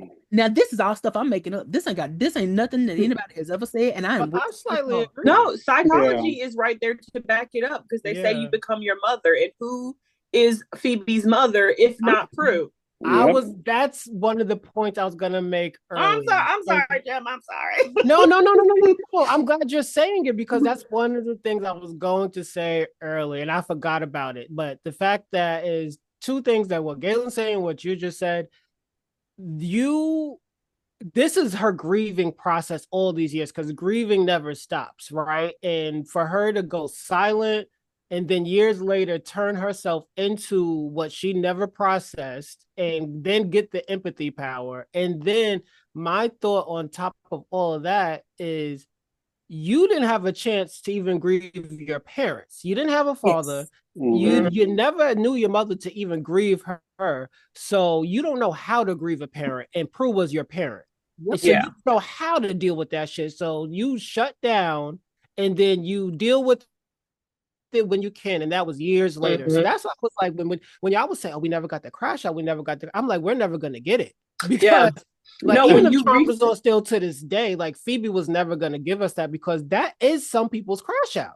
Yeah, no. When you reframe it like that, I do have to retract my comment to some degree, right? Because I'm like, you know what? Maybe that is right. We weren't because I'm just like Phoebe is an emotional crash out. As we've seen when she does finally crash out because it's like people think of crashing out in like, I mean, and it is really only meant to be one way. It has the use of it has gotten a little bit too liberal, but the way I use saying that in response makes the way I use it is when anybody goes and acts crazy and in a real emotional way. And we see how she does that when it comes to the whole situation, like the delusion of it all, right? And so I do think that if we're looking at it from that perspective, she never has to grieve and give up Prue because she's like, I'm just going to become her. So that's fine. Don't worry about it. She's here. And the same way you're saying, well, she never grieved her father. Well, she never had to because she paused that until she found him. And then when she found him, she resumed her relationship with him as if it was nothing, which gives more credence to your point, Galen, that she's delusional. She still had that somebody to interact with in that regard, right? With her father, she could pause that. And then she knew one day I'm gonna find him and one day we're gonna have a relationship. So so there's no point in expending energy on being angry with him or doing any of that because I can fix it. I can fix that. And she does. Her and her dad reconnect and they pick their relationship right up as if he never abandoned her for 22 years of her life. Exactly. So, I think you're right. So I do kind of retract my statement a little bit in the sense that there's evidence against it, but I'm still mad about that we didn't get a more emotional moment. I still wanted that. No, I don't say it to negate you guys. I don't. Yeah, no. Yeah. Oh. Sorry, I didn't mean to cut everybody off. I wonder. Silence. I wonder if like her naming her eldest daughter after Prue is like the completion, or like finally I can grieve and you know. Yep. Finally, I can move on because the new generation is here. It's never a full on grieve. It's always a move on because here's the thing: it's so just like so Diamond just made a really good correlation and it made me start thinking why she didn't act a certain way. So she, in the same way that I really genuinely feel like she kind of was acting funky, but whatever, because Cole was still there and he was tangible. She did the same thing with Victor. Sometimes she was so excited to see him, sometimes she hated him. Sometimes there was always a back and a weirdness with how she would respond, but ultimately she wanted her daddy around, but that's because he was there. And I think because we brought up during one episode how she was really mad at Patty for not being there, and she was low-key aggressive towards her until she met her, and then she melted like butter. I think what stopped her from being angry at Prue is that she had Paige. I can't be angry at Prue because I have this person here that I can focus on.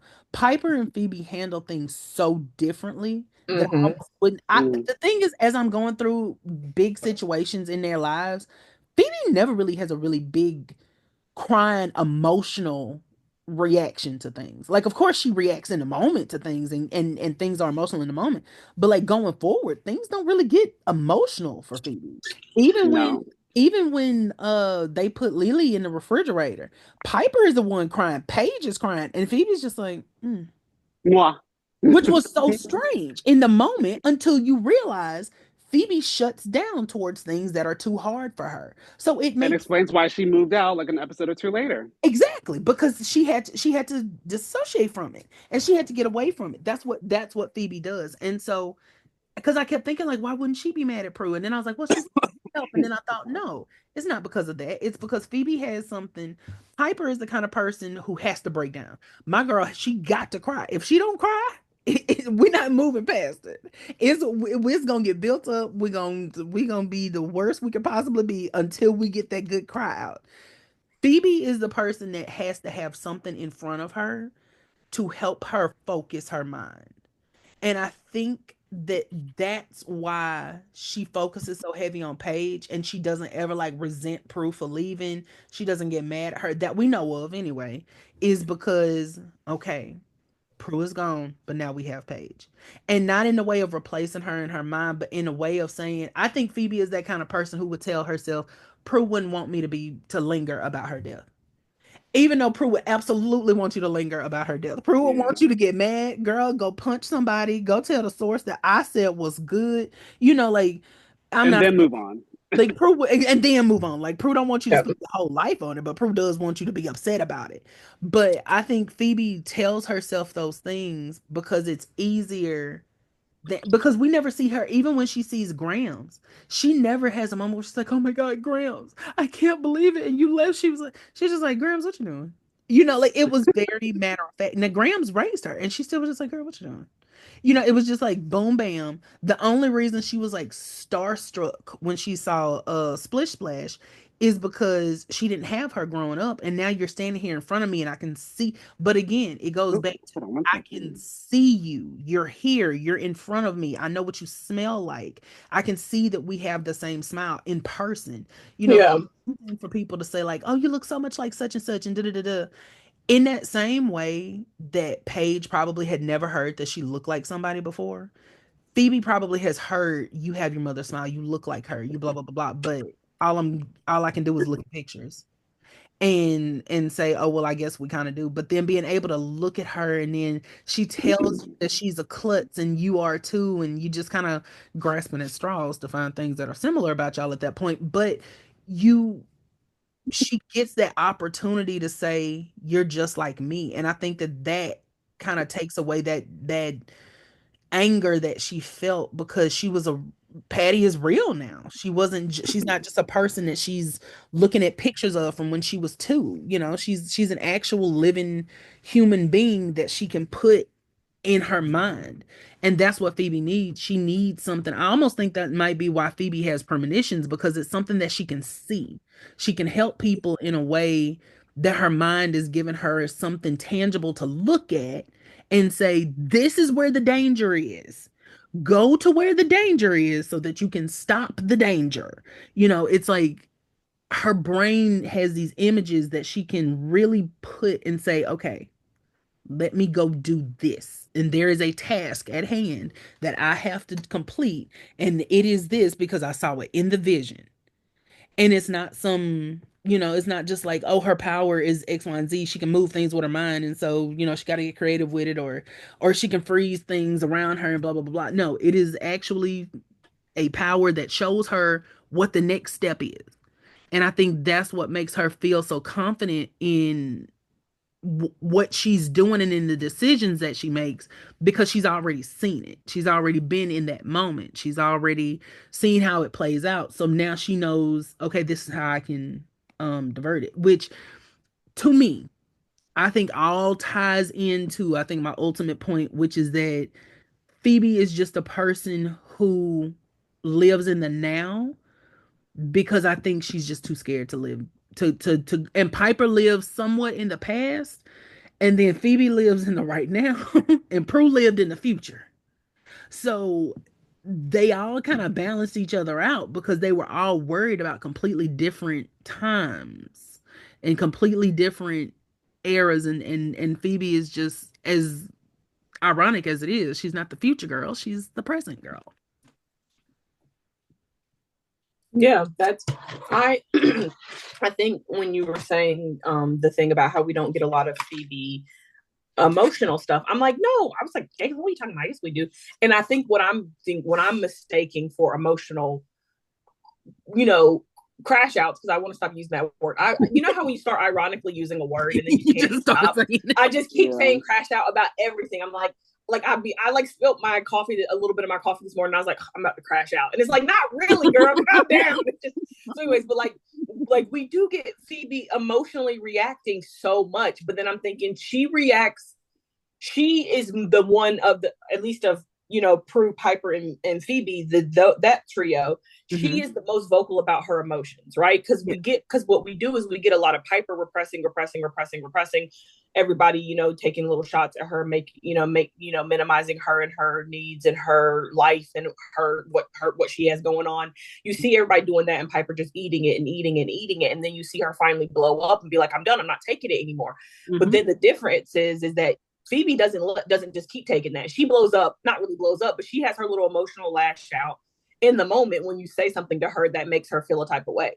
And so we get that so often that when we do on occasion get the bigger Phoebe emotional moments, which a lot, and too many of them are related to Cole when I'm trying to think of examples. Yeah. So I don't even want to bring any of them up because they're all related to Cole. Well, I think that's a good point, though, because I think Cole is a stand-in for Victor. Cole is the person that for her, I think she put so much energy into. That's why we see it. But even in those moments, other moments, what you see is like Phoebe will have like this really big moment, and then like, okay, you look at the end of season 4, right? She's sad about the baby, and then she's not, and then she sees Cole, and then she's cool, quote unquote. right? Because Yeah. I think it's one of those things where we're looking at it like, oh, she's moved on, but she really hasn't. She's just operating in what it is now. It's like, okay, well, the baby ain't here, and then, but then we also see her being overly attached to Wyatt, and I think that what we get with Phoebe so much is like she does things that don't seem connected, and it'll be like, why are you bringing that up? Until you go back and you say, oh, because Phoebe does this. That's why we're bringing that up. When it comes to Jason, she cries. She's in the rain with her pixie cut, and then she moves on. And she's ready to have a baby now. She's ready to shift her focus from him to a baby. She's ready to move into another phase because okay, well, if I couldn't get him, I'm just going ahead and be a mama because now I've seen myself as a mama. I have seen in front of me that I am going to be a mother. So I'm going to Mhm. shift that focus to something tangible so I can be immersed in that. She always, anytime there's something really big that like Piper would probably break down over, Paige wouldn't know quite what to do with herself, and they probably say she was acting out of character. Prue would throw herself into it like she's in some kind of manic phase. Phoebe seems like she handles it because she genuinely, I think repressed maybe is not the right word. I think she just puts it in a place in her mind and says, okay, here we are, which is repression, but Mhm. more a place of operating in it versus repressing it fully. Like Yeah. we're not privy to how she's really processing it, but she is, and she knows like, okay, I know I miss Prue. Let me put her coat on for my wedding. Let me put her necklace on. Let me, go to my job. I'm gonna do things that are gonna keep Prue here for me, and I'm not gonna make a big fuss about it, but Prue is here. Prue is somewhere in the room with me at all times. Her necklace is on me. Her coat is on me. I'm doing this job in the same way that she would. Maybe she has something on her desk of Prue's, things like that. And then she's in the house that she grew up with Prue. So it's like I think once she moves away, that's maybe when she starts to kind of be like, huh. But even then, what does she do is when she moves out? She's got a man. Not right immediately after, but she gets a man after that. And then she has a family. So it's like there's always something that's keeping her attention or keeping her rooted in the right now or keeping Prue rooted in the right now for her. There's something she can look at, there's something she can go back to. And I think that's why Phoebe is the one who says, and I know I'm going really far ahead, but I'm really just trying to drive home. I think the way I see her is like I think that's why Phoebe is the one who says Prue was very protective of it and she taught Leo how to do and whatever else because even though the whole astral projection thing is stupid, I think that's why Phoebe is the one who presents the information because it's like, well, Prue is always with me. So I'm gonna just tell you what my girl was doing, and that's a small thing, but I think that's how Phoebe goes through life is everything is a right now. And every move she makes comes back to I'm not gonna get too caught up in this because I can't lose myself in it. I also think that's why Piper was so frustrated in these two episodes, A Night to Remember and Size Matters, with Phoebe in a certain way. At least that was my perception because you're usually so in the moment, but you're not even acknowledging me in this moment. You're not acknowledging what I'm dealing with in this moment. You're not helping me in this moment the way I need to be helped. I Mm-hmm. even have on our dead sister's jacket, and you didn't say a word to And me, you girl. didn't. Mm-hmm. So Mm-hmm. I feel like Piper was more so responding to what she wasn't getting. Just like nobody sees, going to Diamond's word, nobody is seeing me crashing out. And just because I'm Don't make not that my word. Don't do that to me. just for tonight, just for tonight. But it's just like just because I'm not a fury this week, just because I'm not turned Yeah. into a warlock, just because I'm not banging my head against the wall, doesn't mean I'm not crashing out. You Like know what? see me, I got on our whole sister's wardrobe, and you're like, "Hey, girl, what's for But you breakfast?" but you I'm want to know over what I here think drenched in too tight clothes, and you don't have a word to say to me. okay, you ain't got nothing. But you know what I think another level of that is, Jim? They don't Mhm. know how to talk to each other. They talk to each other about each other. And Piper doesn't have that anymore. And so what I mean by that is usually even if like she's doing those things for attention, like Phoebe and Prue will talk about it, and then Prue will be like, "Hey, Phoebe and I were talking about such and such." So there's always one that'll bring something to the other's attention. But now they don't have that. And I don't think that they just don't pay attention to each other. Don't get me wrong. But I think that they are oblivious in a way that's always been course corrected by there being three of them. They had a privilege that they didn't realize they had. Yes. Yes. And so Phoebe knows Piper's hurting. But like you said, oh, Phoebe probably looked and was like, why the hell she got the latest jacket on? That ain't my business. And she moved on. Right. Because she was like, no, Piper wants to do that, so leave it alone. But no, Piper needs you to acknowledge she's wearing that jacket. Exactly. And she doesn't know how to show up for her because not because she doesn't know Piper, but because Prue is not there to be like, why the hell is that lady wearing my jacket? You know what I mean? Like she doesn't have right. But I don't think that's just unique to them. I think all of them are having those same issues. Like Prue is not there to tell Piper, like, girl, don't you think that maybe Phoebe getting a little too invested in Cole? Like, what's going on? You know, they and that's why I think Piper becomes really lax, and not lax, like she can control her, but tolerant of their relationship is because there's not that separate person there until Paige starts, whispering in her ear. But by then, she just wants Phoebe to be happy. And so if Cole makes Phoebe happy, then that's what makes her happy. So I think that's what, to me, I think is a part of what's missing right now and why their equilibrium is so often that way. They're so used to having side conversations with each other about each other that not having that is kind of making them be like, I don't know what Piper's thinking, and I'm not gonna go ask Piper what she's thinking, and Piper's not gonna go tell me what she's thinking. So used to a built-in buffer. They and because it's all of them, they always have that way of keeping each other in check. And like and Phoebe's aware of it because when she in season 3, when she was like, no more whispering, I can't handle, whatever. She knows they talk about her. Just like they all know that they talk about each other. And so it's just it's little stuff like that that is interesting to watch how they're moving through life right now. But we're about to see how that's about to come to a head in this next episode. Okay. Oh, yes. Yeah. Oh, God, I'm sorry. Okay. These next 2 episodes I'm really excited about. What are the next 2 again?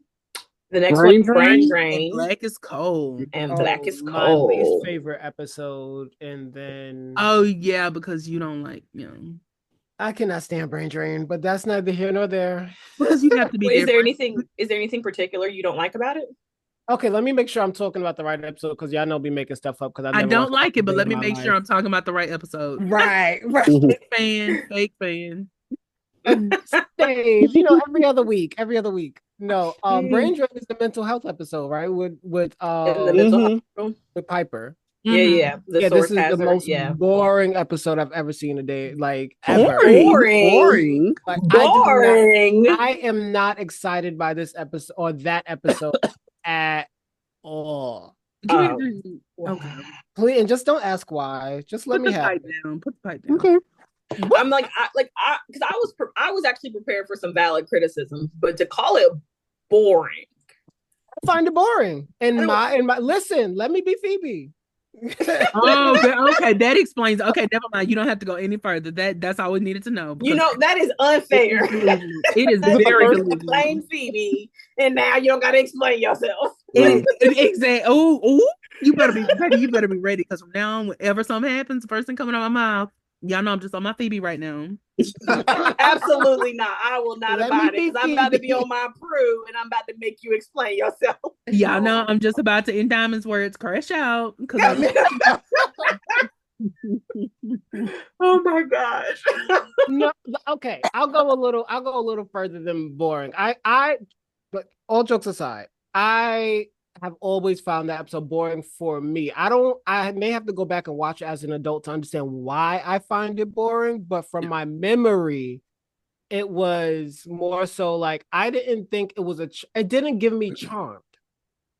Like, I never got charmed from it. Maybe I wasn't watching for the sisters. Maybe I wasn't watching for that back then. Maybe I was watching for the entertainment of magic, but I love the bond. I know that. So I was watching for the sisters in a sense, but when it came to brain drain, it's just like I've never seen a demon attack this way. Like I've never seen the sisters like kind of like be in this weirdness. I'm like, this isn't. I was like, this doesn't feel like Charmed. That's what it more so was for me. It just didn't feel like a Charmed episode to me. Well, I think that was kind of the point of the episode, though, is for it to feel so strange and out of place and kind of like because Piper is supposed to literally be out of place. And it's one of those episodes that with them being separated, you got Piper by herself, but then you got the two of them trying to get to her. It's like I think the point of the episode is for it to be because with Piper being there with no powers, whatever else, it's kind of like a personal hell almost because she's trapped there. Right. She's being tormented the whole time by being told that, she And doesn't the episode's have supposed to be a sisters hellscape. and Prue is, was just her friend and Prue got better and then Prue left and then you just don't want to get better and so you can't be with Prue because she's out there in the world living her life. Meanwhile, you're in here. Like it was torture. And I think it was Maybe that's why I didn't like it. The acting was that. Now I want to use a word better than good. The acting was that enticing or entrancing. Some like you connected to that much that you didn't want to not you, but I didn't want to be in that episode. I didn't want to like what I was seeing because it was so off-putting. Yes, I will say this, and I'm kind of on the opposite end of the spectrum where this episode in the concept of it and the way it's executed is so good to me that I could absolutely see why someone would be like, I don't want to watch this. Like I Because haven't watched it as an adult. Like I said, I haven't rewatched it as an adult. It's been some years. yeah. So maybe I'll like it in a different aspect. But you're making me think like I probably don't like it because of how eerie it was, how off-putting, how off it felt. Because even though it's got its zany moments and, them being quote unquote crazy and, they're saying funny things and doing funny stuff and hardy har har, when you really think about what's being done to Piper and the work that's being put in her mind to break her, like this woman's mind is literally being broken before our very eyes to the point where by the end she's just sitting in a slump in a wheelchair. Like it's frightening to describe, honestly, because it's like you realize the mental torture that she's being put through, and then you realize she's held on to the spell for so long because she's tried to, and I know I'm getting ahead, I know we're gonna talk about it tomorrow, but you realize she's held on to the spell for so long because she's always had in the back of her mind, like, I don't want to be a witch anymore. And I can understand how as a young person you would probably be like, it's a little bit out of my wheelhouse. It's kind of like we're not talking about Buffy, and I know that, and I'm sorry. There's an episode of Buffy where they do something very similar. Buffy gets hit with a poison by a demon, and it causes her to hallucinate that she's in this other world, other reality, where where Slayers don't exist. She's actually in a mental health facility. Joyce is still alive. Her parents are still together, and they're like, "Girl, you've been making this whole thing up. You done made up a sister. You done made up friends. Like, girl, you need help." Help. And so it's so jarring because at a certain point, they don't ever say this, but the episode makes you wonder, is that Buffy's real reality? Like, Right. it takes you to a point where you wonder, like, wait, is that Buffy's real reality? Is that what you're showing us a fantasy? And this is just the one, like, this is your brain, like, what we're watching is your mind broken? Like, what's going on? Like, but that's how good that episode is. And I really think it's the same thing with Charmed. I think the difference is that going into it, we know the source is lying, is making this up, but that doesn't take away from how weird it, because you, like I said, you watch Piper go through the like of being there and like it doesn't really rhyme, does it? And then you slowly watch like these very personal things that have been affecting her over the past couple of years be thrown back in her face like that. And then you watch this woman just break. And it's like, I'm talking in circles now, but I can understand because I had to try to think about like why you would think, because not that you have to explain anything to me, but sometimes when people say stuff about something I like that, I'm like, wait a minute, but I can understand now how you would get there to that. I think sometimes because for as a conscious kid, because I know I was in my conscious mind when I watched this show, there was more so the connection to all the magic or the supernatural that I really love because I'm still like that, watch all those types of shows, right? Mm-hmm. And I understood like the mental health aspect of it, but I'm wondering now is like if I didn't like it subconsciously because that's the field I went into in my career. Like that was like my first job was in a school for mental health, and to see somebody effing with somebody's mental health intentionally, maybe that's why I didn't like it as well. Yeah. So it just has me thinking, and again, I know we're gonna watch it tomorrow. I don't want to go too far off into that, but I appreciate you giving me space to think about that.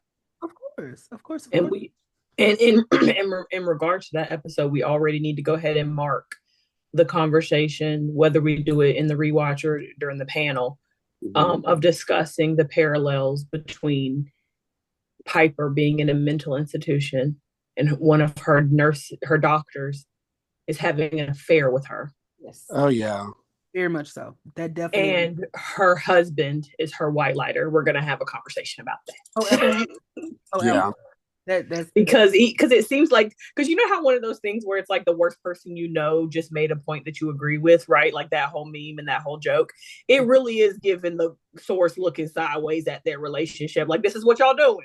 Like, it's really very much giving the source is like, and y'all call me evil. But Right. this is what y'all are doing. But I'm immoral. Yeah, Exactly. but y'all over here with this highly unethical relationship, but I'm the bad guy. I also wonder sometimes too. I'm gonna say this real quick. I'm sorry. I also wonder sometimes if like the source was only really controlling like his part, and then all the other parts were just Piper's imagination making him say what they want. And if Piper subconsciously was like, that's how she views their relationship. He just plugged the people into new roles, but her brain was the one that was, creating a scenario. Creating all these, like putting the strings together. It's like, listen, I put the dots there, but you were connecting them. Right? That episode makes me feel the same. You know how some people don't like the teddy bear episode with Wyatt in the future and that demon? Mm-hmm. That's what this episode makes me feel like. Oh, gotcha. Okay. Does that give it a little clarity? Like it's like sense. Very off. Yeah.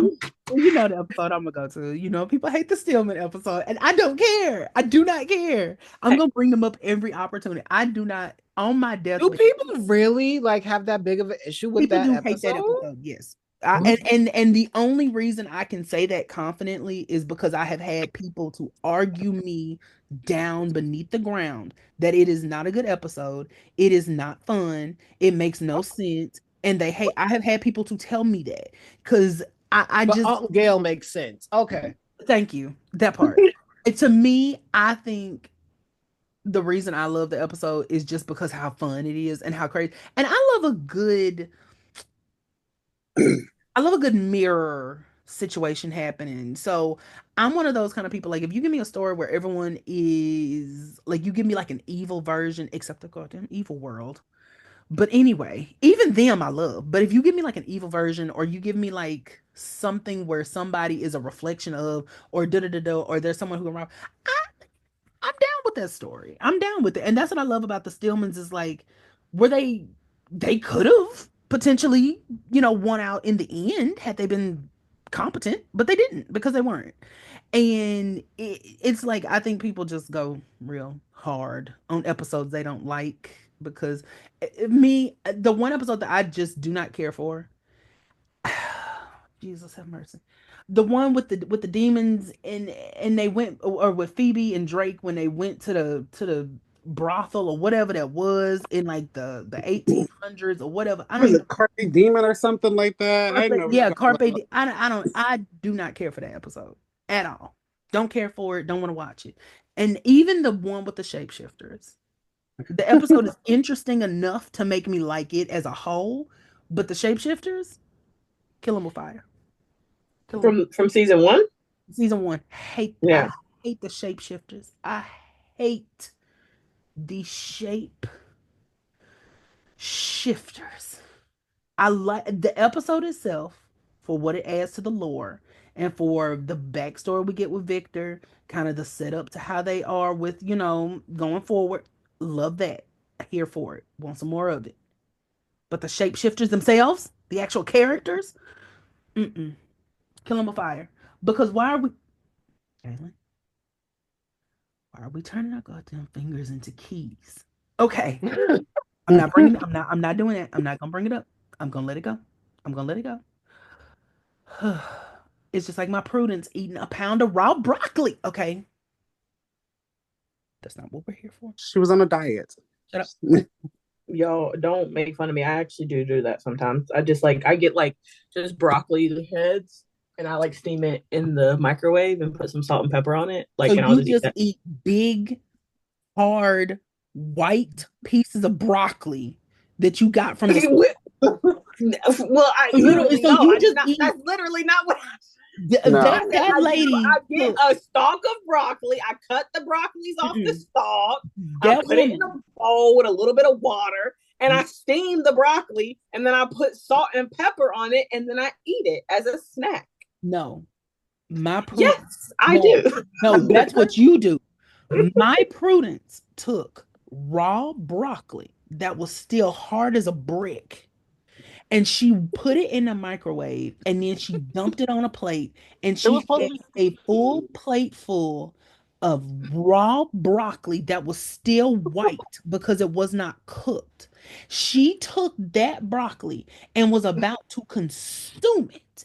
And the only good thing that Andrew Daniel Trudeau had ever done before he went out of here and he went into those eternal flames was when he stopped my Prudence from eating 4 pounds of hot, raw, white broccoli. So we've gone from 1 pound to 4 pounds. Only thing. It's really gotten up. It's really gotten up there. But what if she had some salmon or some chicken on the side and we just didn't see it during the cut? That woman was about to eat a plate of raw broccoli.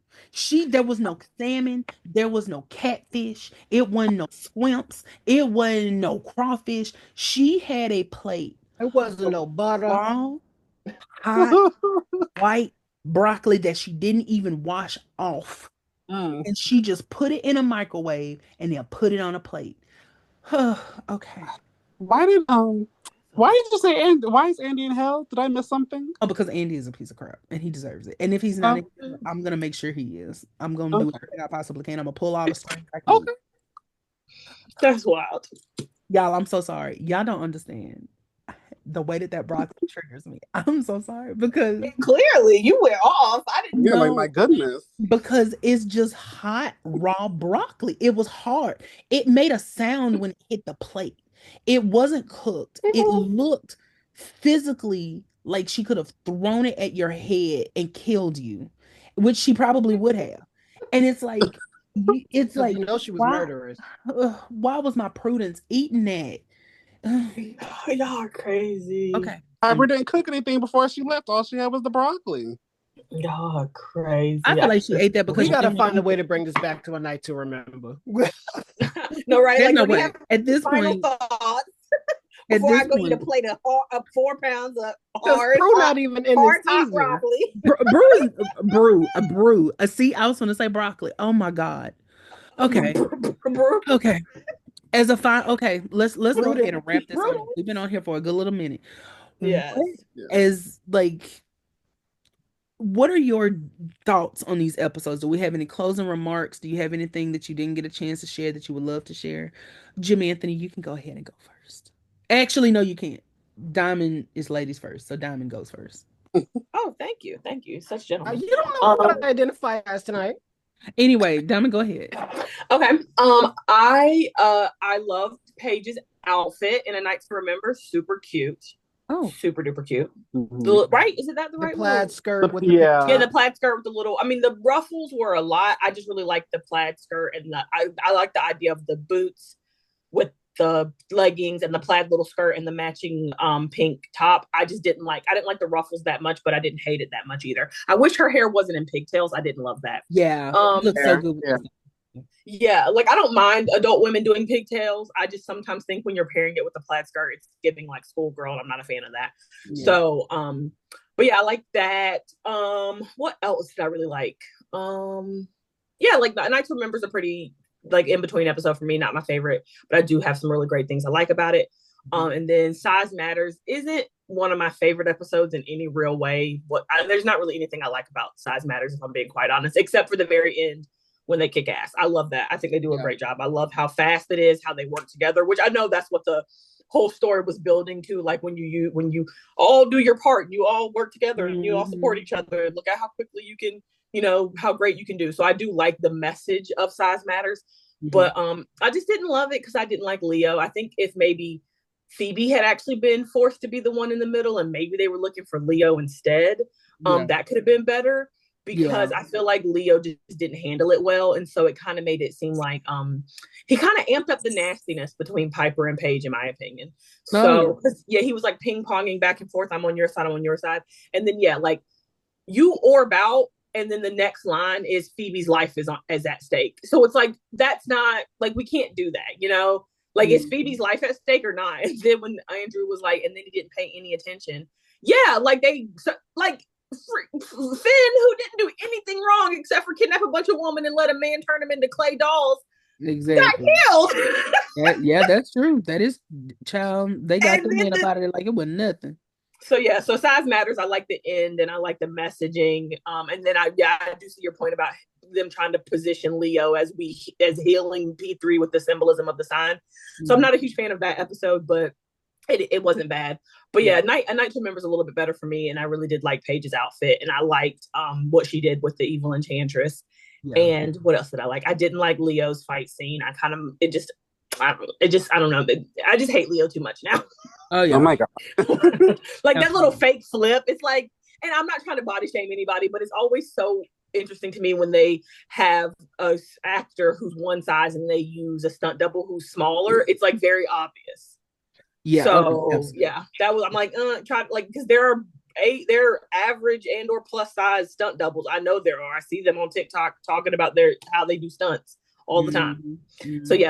But pretty good episodes. Very excited. I think both episodes did good about building the relationship between the sisters while they were understanding Paige's need to be independent, and they weren't getting so offended by that, because I think that's what it came down to, understanding that Paige has a level of independence that she needs because she's been an only child, and they were starting to understand that a little bit better, which leans a little bit into these next couple of episodes. And I just like the freshness that Paige is bringing to the team. Right. Okay. Yeah, those are my final thoughts. Okay. Well, Jimmy Anthony, how about you? For both episodes, right? Yeah. Final thoughts? Yeah. Size Matters is I was about to say a great episode, but let me not do too much. Let's not get great. I'm gonna start. If you called that a great episode and then just called Brain Drain boring, I'm gonna start to question your. Like, wait a minute. Like, what is the baseline here? No, I greatly love that episode. Let me say that. Okay. I love Size Matters, but my complete thoughts on it is like Mark said this earlier. He said it feels like a season 1 episode. No, a season 1 episode, but you said something along the lines of like it feels like a Monster of the Week type of deal. And I've been feeling like that the past like 8 to 10 episodes, with Prue included, because there's been like these random big bad moments that we get, and it's like, okay, I'm gonna be a super witch this way, but we're gonna fight a super demon that way, so blah blah blah. My point is, with Size Matters, I enjoy the horror aspect that we get from Mr. Freddy Krueger. I enjoy like that was one of my favorite vanquishes at the end of Size Matters. Like it's just like everything starts rolling into play like once they like believe in themselves and turn the magic on. It's like, listen, okay, we're here, we're witches, we're ready to do it. Let's get it done. We're teaching in the moments, she's getting her hands on experience, and we're coming together for a vanquish like the charmed ones do. So that's why I love Size Matters. So I don't really need to go too far in depth, like outside of the conversation we had earlier, or conversations, because we had some really great ones in the rewatch. with A Night to Remember, I really do love that episode because it has so much magic in it. And the castle scene is one of my favorites. I will have to say that. It doesn't make a lot of sense with the characters like Piper and Phoebe or Chainsaw Wall, and they don't have their powers. That's what it was. That's what it was. They don't have their power. So that's what made it not make sense to me. But and every other time they time travel, they have spell casting powers. Right. Yeah, that's kind of they kind of wonky with it. Like, it kind of comes most of the time end. they have a way to tap into magic if magic exists. Right. That's usually been the common denominator with that. They don't necessarily have the active powers, the same powers, but they said if magic exists, we can tap into it. However, to be fair, they never actually in that 70s episode, they never tried to do magic. They only tried to use their powers and their powers didn't work. Right. So they maybe could have done a spell. I didn't think about that. That is true. Yeah, they never tried to use, like the one time they could have tested it out was when they were doing that spell to send them back, and Patty and Penny were doing it, and then there wasn't, and it only sent them through time once, right? Like it didn't work, and then she was like, "Oh, here, let me help you," and then it did, but only for a few seconds, and then they were like, we need the power of 3, and the power of 3 doesn't exist yet. They didn't try to say the spell. They just went and got the girls, the babies, the little baby girls, and that's what, to be honest, being a witch might not be that great if I'm getting woken up at 2:00 in the morning to send these bitches back to the future. But so they may have been able to do spells because another time that when they got sent back in that with the go-go boots, when Penny was much younger, and Patty I guess as well, but they could do spells then, but they didn't have their powers, so they might have still been able to. They just didn't think about it. Gotcha. It does make sense. Because because like you said multiple times, they just be assuming stuff about the magical system since she couldn't, and because they were the type of witches who relied on their powers first, they would constantly try to freeze something or move something or levitate before they ever tried to say a little spell. Well, before you ask more, I just wanted to finish my I'm sorry, what I was saying about A Night to Remember. After the scene of in the castle, that was one of my favorites, but it's just I love how confident, curious, and how much action Paige took in that episode. That's what I loved about that episode. She's like, listen, if that is that and this is this, then that's this. Yeah. She just that's why I always call her the common sense witch. From day one, she's like, so if 1 + 1 is 2, 2 + 2 is 4. Then this should be you know what I'm saying? Yeah. She always, that's why I say she made them think. She made them think like regular people, and she made them check their privilege. Yep. You've been privileged for and I don't mean racially. I just mean you've been privileged for a very long time to have been able to get away with certain things, not being able to think for yourself because you have 2 other sisters to think for you. You have, this guy that pops in and heals you. And just listen, there are things that we should be thinking about outside of the things that we're blessed to have. Exactly. That is a very, very good point. Because that's we're gonna keep on that point's gonna be such a consistent thing throughout the next couple of seasons. Because my God, those sisters. Okay, Mark, what about you? What were some of your favorite moments or highlights that you want to discuss? I'm loving this arc. I love the first half of season 4 because something horrible happened at the end of season 3, but you see us getting into the groove of things, and you really see it now. I love season 4 charm, especially the first half, and sometimes depending on the mood I'm in, that's kind of where the season ends.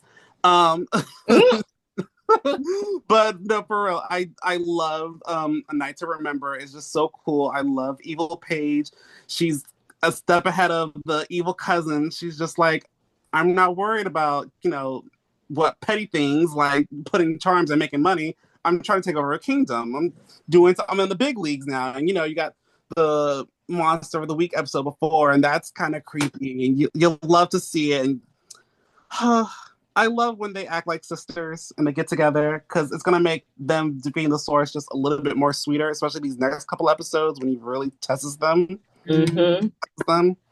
Yeah. It's really feeling like Charmed right now. Yes. Yes, I love that. You're so right. You're right. It feels like our Until girls brain Yeah. drain. Definitely. feels like our girls are back. Until brain drain. Anyway, Jameen, Damn, okay. I will say that for me, definitely Paige has been a highlight in these episodes, and how she's starting to interact specifically with Piper, because I think the fact that she is kind of making Piper the fact that she is making Piper, I think differently. And like you've been saying, like she's making them think about different things that they haven't taken into account before. I think what I love so much about that is we can see how that's helping Piper as a person.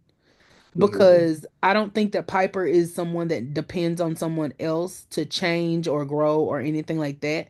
But what I do think is that right now she needs something that can help her to be more grounded in who she is.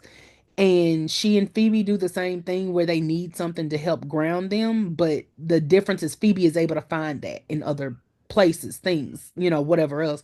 Where Piper kind of needs, I think, sometimes something to kind of hit her in the face. Yeah. And I'm enjoying the fact that instead that she's hesitant because she's Piper, but at the same time she's embracing it. And she's trying, you can see her going through the growing pains of figuring out, like, this is who I am as a person now. And same thing with Paige, she's on the opposite end where she's so used to being by herself that you're watching her going through these growing pains of, like, okay, I'm here with these people now.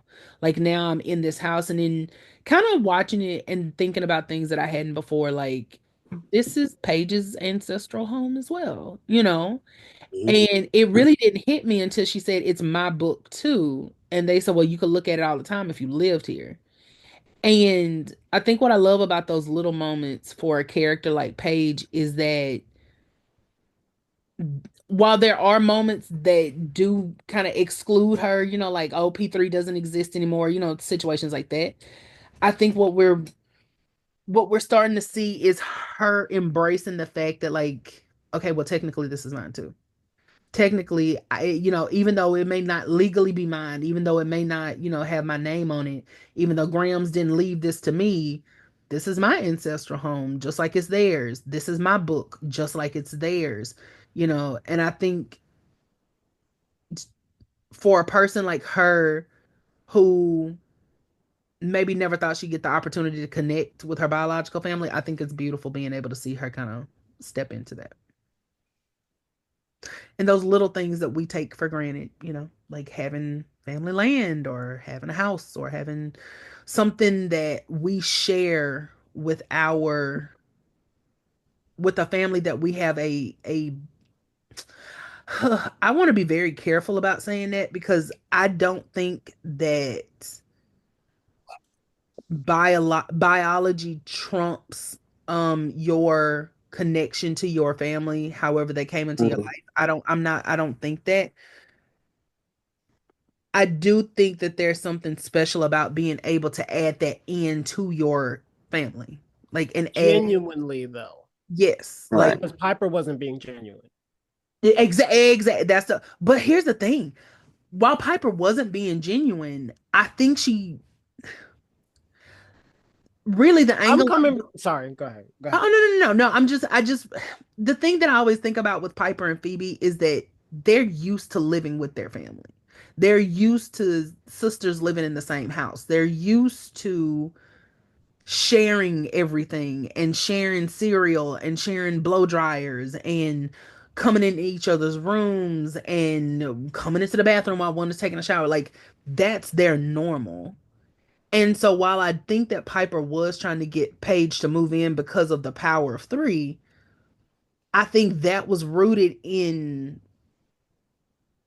that being what Piper sees as normal. Yeah, And because so, even like, her shading, look at the dump she lives in. look at the Like, that's a very sisterly thing to say. yeah, exactly. And it's a very Sibling Piper thing. Let me say that. A very sibling thing to a say. very sibling thing, and it's a very Piper thing to do, because Piper throws shade. Piper She reads. does. And And I think that what we're watching is like her be in this place where, girl, you disrupting our normal, like I think she feels I'm not think, but I feel like she feels dysregulated, like, girl, sisters live together, especially us. We are sisters who live together, where Paige doesn't have a concept of sisters. I think that's why we hear her randomly say it so much. Like, you hear her randomly be like, yeah, my sisters. Yeah, I have sisters. Yeah, my ex-sister that I was telling you about. Sister. I think she's really trying to get a hold of saying that word because she's never had to say it before. Paige has never in her life had to say sister. And so now I think she's trying to get used to it. She's trying to get used to it being her reality. And then because it's always Piper's reality, she's not understanding why Paige is not kind of like running to get in there. Like, girl, this is your house too. This is your book too. This is like, you belong here. Why are you not here? It doesn't make sense. And so it's just that clashing of the two worlds that's really interesting, because I don't even think they're fully aware of that. I don't even think that they have even sat down and thought about it like that, because, who would? Who would just sit down and just, randomly reflect and be like, yeah, because I'm so used to having sisters and you're not. And so that's why because they operate completely differently, and they have for, almost 30 years. So yeah. Yeah. So that's my favorite part. Well, this has been an amazing, amazing discussion, and I'm so glad that we had a chance to have it. Um, I am going to be uploading this to the Power of G Patreon for sure. I'm not quite sure where else, but I will keep everyone abreast and keep everyone updated. Would you all like to share your social media handles so people can follow you? Yeah, I'm on TikTok at Diamond Talks with a Z. What is my TikTok name? Ooh. Mark. Hold on 1 second. Oh Lord, Jim Anthony, what's yours? Go ahead. I'm Jim. You'll find me online, Intuitive G, but at A Natural Gift on TikTok and Instagram, and anaturalgift.com is where you'll find all my services and can book me. Oh, not a whole website. Okay, Jim. I know, that's right. Okay. Yeah. My TikTok, I'm not really a social media person, but Mark _of_ Atom, ETATOM. Yeah, Adam. Okay. I was gonna say, sometimes you might see me at Summer Renaissance in the popping up in the lives, but that's about it. Wait a minute. Hold up. Not you been catfishing? Boy. Well. Love you, Mark. Love you, Mark. You don't love me. Y'all are a trip. Goodness. Well, we're gonna go ahead, end it for tonight, and then I'll be seeing y'all tomorrow. See, for the most exciting episodes ever. That's right. Half of one. Half of the day will be. Where hopefully nobody in Diamond's words crashes out. Oh, Are you gonna put the old rewatches up from like the first 4 episodes? That's a great question. I would love a great answer. Oh my God. I have an amazing answer for you. I have an amazing right now. Give us a hang up. Mm-hmm. That part. Well, y'all have a good night. I will see y'all tomorrow, bright and early. Wait, you have a live tonight? No. Huh? Are we going live tonight? That's a great question. That's a really great question. I was gonna say it's supposed to be soon, but you know what? If not, because he been talking for 8 hours. Yeah, this is a lie. Yeah, this has been a lot. So I don't know. We're gonna have to. Galen may just go to sleep on the live, and that's it. And we just be looking crazy at each other. So we'll see. Yeah, and there's probably a way that you can find some way to structure like a real quick live, specifically structured for when you have days like this where you don't want to keep going, but you also don't want to like not do the live still. But that's because I couldn't imagine talking anymore today. We'll figure it out. We might. I don't know. We might do Twitch or something. Who knows? At this point. But okay. Well, all right, everybody. I will see y'all later. Bye. Good night. Bye.